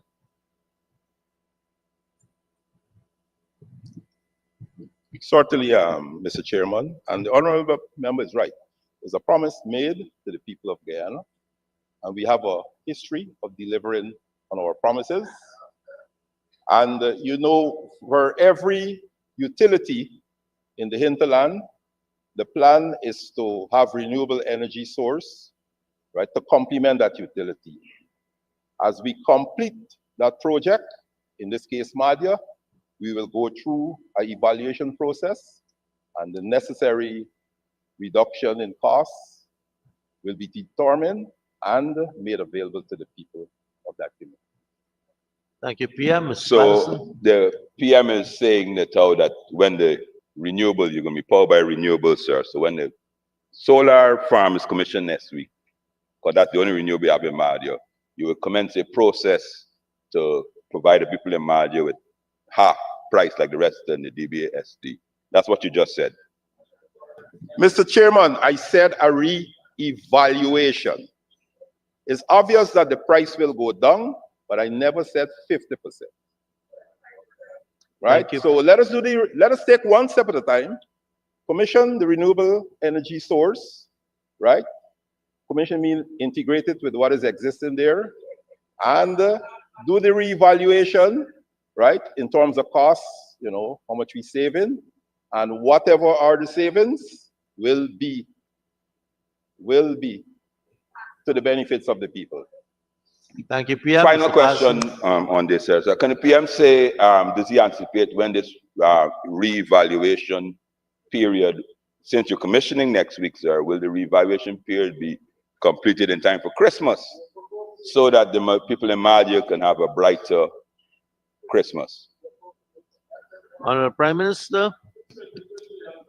The people in Madia, since August the 2nd, 2020, had started enjoying brighter Christmases. So 2021, 2022, 2023, 2024, 4 brighter Christmases for the people in Madia. And it will keep getting brighter and brighter, not only in Madia, but throughout Guyana. I do thank the PM for his answer. Can the PM confirm that the people of Madia are getting 24 hours electricity? A, service provided by the administration, the previous administration, because in 2015 they were only getting 8. So can you confirm that you have continued what we have implemented? Thank you. Honorable Prime Minister. They are getting 24-hour electricity, and it is getting better because they will continue to get 24-hour electricity, and at the end of the evaluation, they'll pay less for the 24 hours. Thank you, Prime Minister. Honorable members, I now put a question that the sum stated for chart of account 6321, subsidies and contributions to local organizations, current expenditure, stands part of the estimates. Those in favor say aye. Those against say no. Ayes have it. The sum stated now stands part of the estimates. Chart of account 2610100.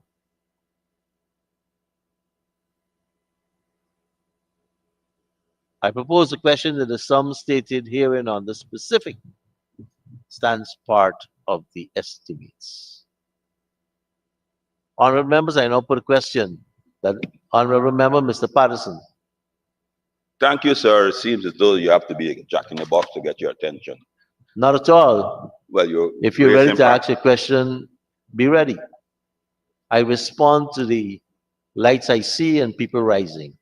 The standing order says who first catches the eye. You were slow. I understand age is catching up with us. Yes, sir. You know what I mean. I won't comment on that at all. Sir, small hydro projects, sir, the legend under this line item has 4 projects, four components. So can the Honorable Prime Minister disaggregate where to which this 422.887 billion will be paid out? Honorable Prime Minister, capital specific.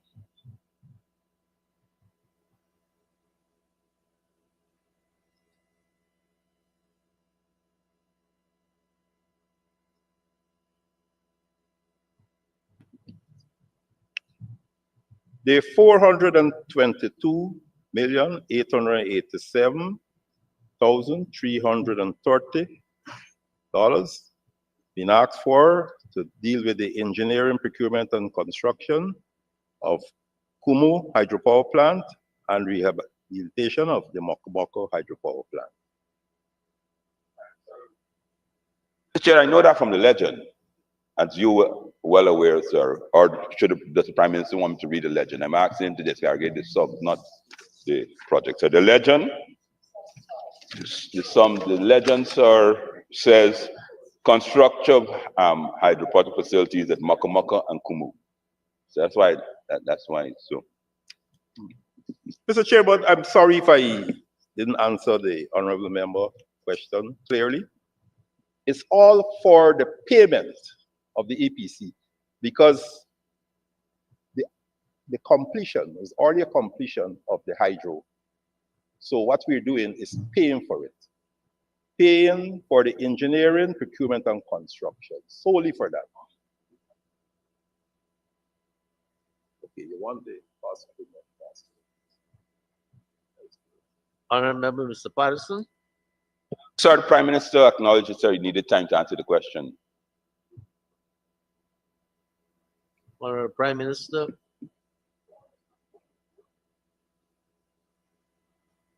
Mr. Chair, I will offer the honorable member the breakdown as to how much went to Mokomoko, how much went to Kumu, but most of the money would have went to Mokomoko because Mokomoko is completed earlier than expected, so we decided to pay after.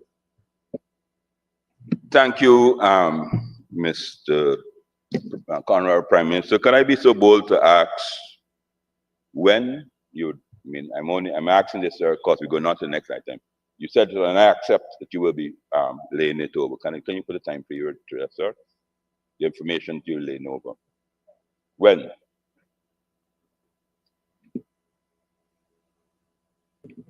Mr. Chairman, close of business, tomorrow, the 27th of November, the honorable member will have his information. Thank you very much, Honorable Prime Minister. Honorable members, I now put the question that the sum stated for chart of account 261-0100, capital expenditure specific to this project, I put the question that the sum stated herein now stands part of the estimates. Those in favor say aye.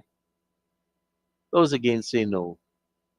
Ayes have it, the sum stated now stands part of the estimates. Honorable members, just to remind those who did not get registered for this 100,000, the MPs and the staff, we have the Ministry of Finance staff waiting. I now propose the question that the sum stated for chart of account 261-0600 gas to power project, and I propose the question that the sum stated herein now stands part of the estimates on the capital local. Honorable Member, Mr. Patterson. Thank you, sir. Sir, start off with me, sir. The $25.3 billion being sought. Sir, I know it's to facilitate payments, accelerated implementation. Can the Honorable Prime Minister disaggregate this amount, please? Honorable Prime Minister.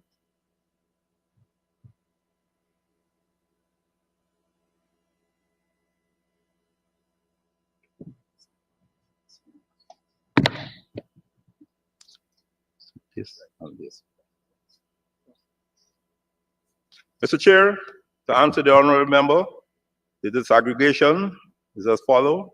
Natural gas power plant and natural gas liquid plant, 23,806,018,413. Project management consultant or consultancy, 149,422,822. Transformers, 26,767,430. Transmission lines and substations, 889,978,538.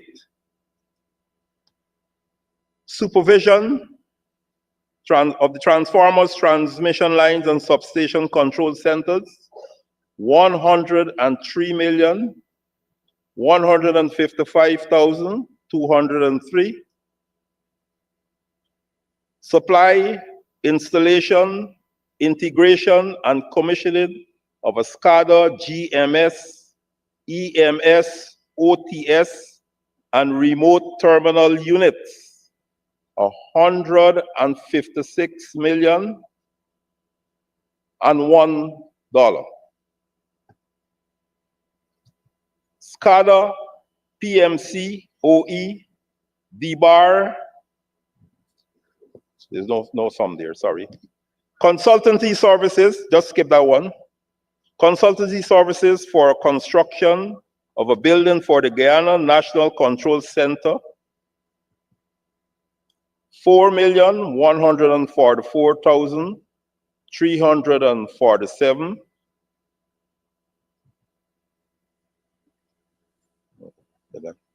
Before that answer. SCADA training, 18,397,527. Land acquisition, 4 million. Construction access road, 26,439,695. Upgrade of access road, 44,776,187.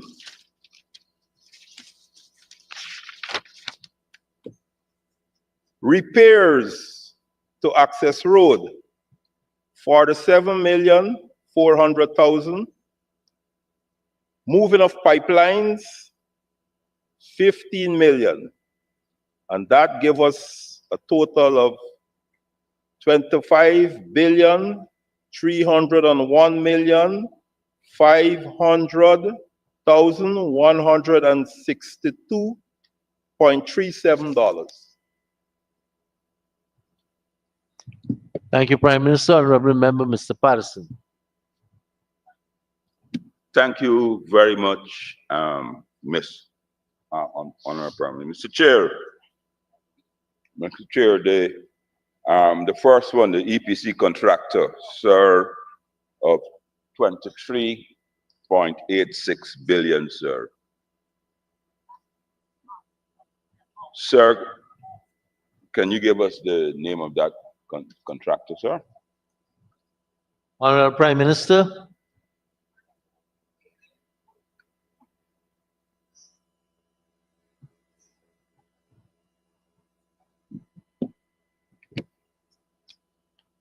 Mr. Chairman, the name of the contractor is Linsaker CH4. Linsaker spelled Linsayca. Linsaker. Capital C, capital H, 4. Linsaker CH4. Thank you, Honorable Prime Minister. Honorable Member, Mr. Patterson. Mr. Chair, in January of 2024, the reason I asked the question is the Minister, Honorable Prime Minister, came for $55.4 billion for this contractor, this particular contractor, sir, which at the time represented 35% of his contract sum. Is the Honorable Prime Minister, can the Honorable Prime Minister confirm that the contractor has completed 35% of his work, and you are now on this additional 23? So we'll carry us almost 50% of the monies owed to the contractor. So we're concerned that the project, Linsaker, is 50% completed. Honorable Prime Minister.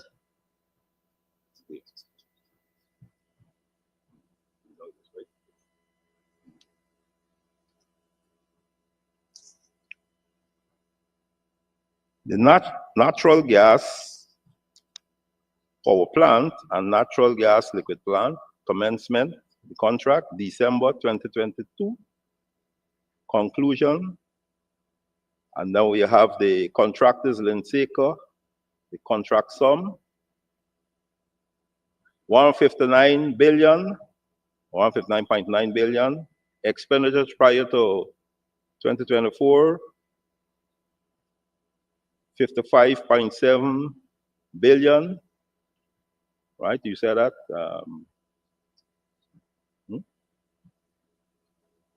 Expenditure as at today's date, 44,678,828,886.37. The balance on the contract to date, 59,514,413, $36.48. And you have the projected expenditure. You have the shortfall, which is 23,816,018,413. Sir, 58% of the work has been completed. 88% of the 58. Honorable Member, Mr. Patterson. Very much, Mr. Chair. Can I ask the Prime Minister if any of this money to that company, that's why I asked his name, is for payment of arbitration? Honorable Prime Minister.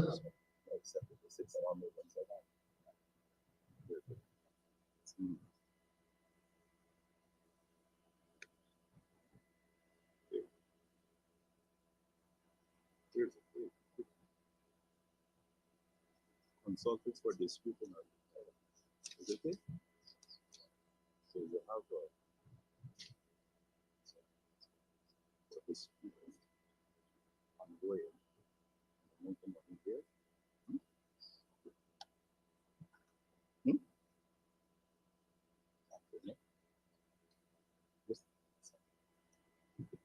Mr. Chairman, this money does not include the sum for the dispute arbitration, dispute avoidance and adjudication board. That sum is to date 13.6 million. Sir, can the Honorable Prime Minister say what the $13.6 million is for, or what's paid for, sir? Honorable Prime Minister.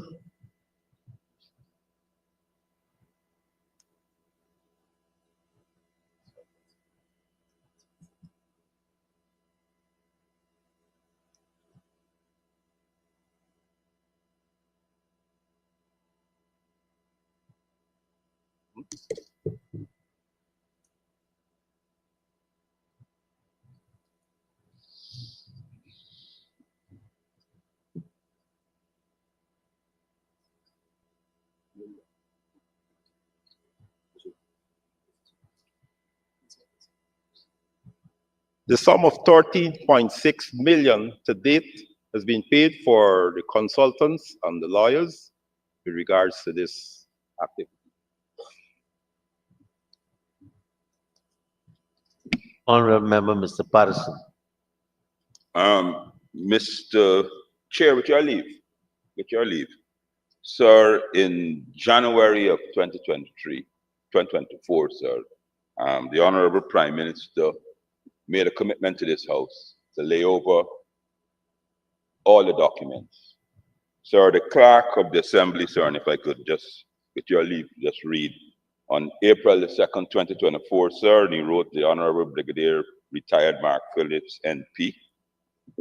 And to remind you, during the consideration of 2024 estimates of revenue expenditure, 77 sitting on National Assembly on 30th of January 24, you promised to, as requested by Mr. David Patterson, MP, to provide information with respect to the following breakdown of the 73 billion for 2023, sir. Because if you could remember, sir, there's a shortfall in the numbers you give of 5.49 billion. Copies of the agreement between SO Exploration Production and EEPL, a copy of the engineering, the insurance policy for the engineering procurement and EPC contract, sir. Sir, that was April the 2nd, sir. Can the Honorable Prime Minister say, not to me, to the country, why he has not kept his promise?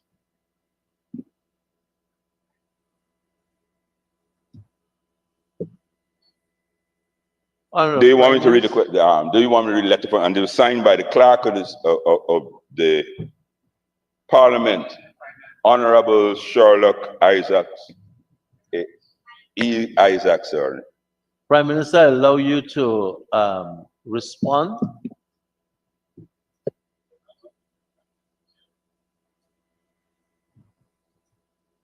Mr. Chair, if I had failed in offering my response as requested by the honorable member, let me apologize to this honorable House, and I will seek to, in the shortest possible time, honor that request.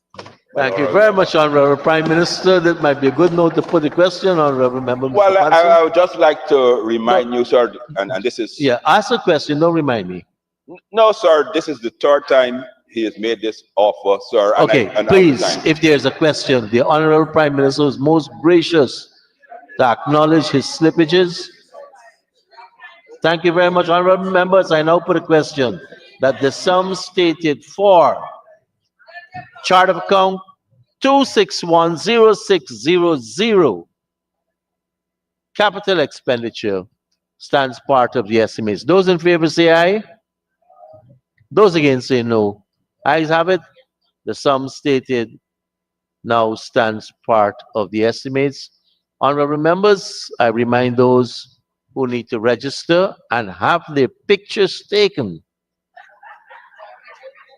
We still have the Ministry of Finance. Honorable Minister of Finance, you'd like to say something? No, I was just going to thank you very much, Mr. Speaker, for that, Mr. Chairman, for that most timely reminder. Thank you very much. And let me thank you and your staff for being so patient with us because they've been here since around 12:30. Thank you. And just the chauffeurs of the ministers, everybody who's associated with can register. Thank you. Let us take the suspension for an hour. Return at 6:10. Thank you very much. Thank you very much, Prime Minister and staff.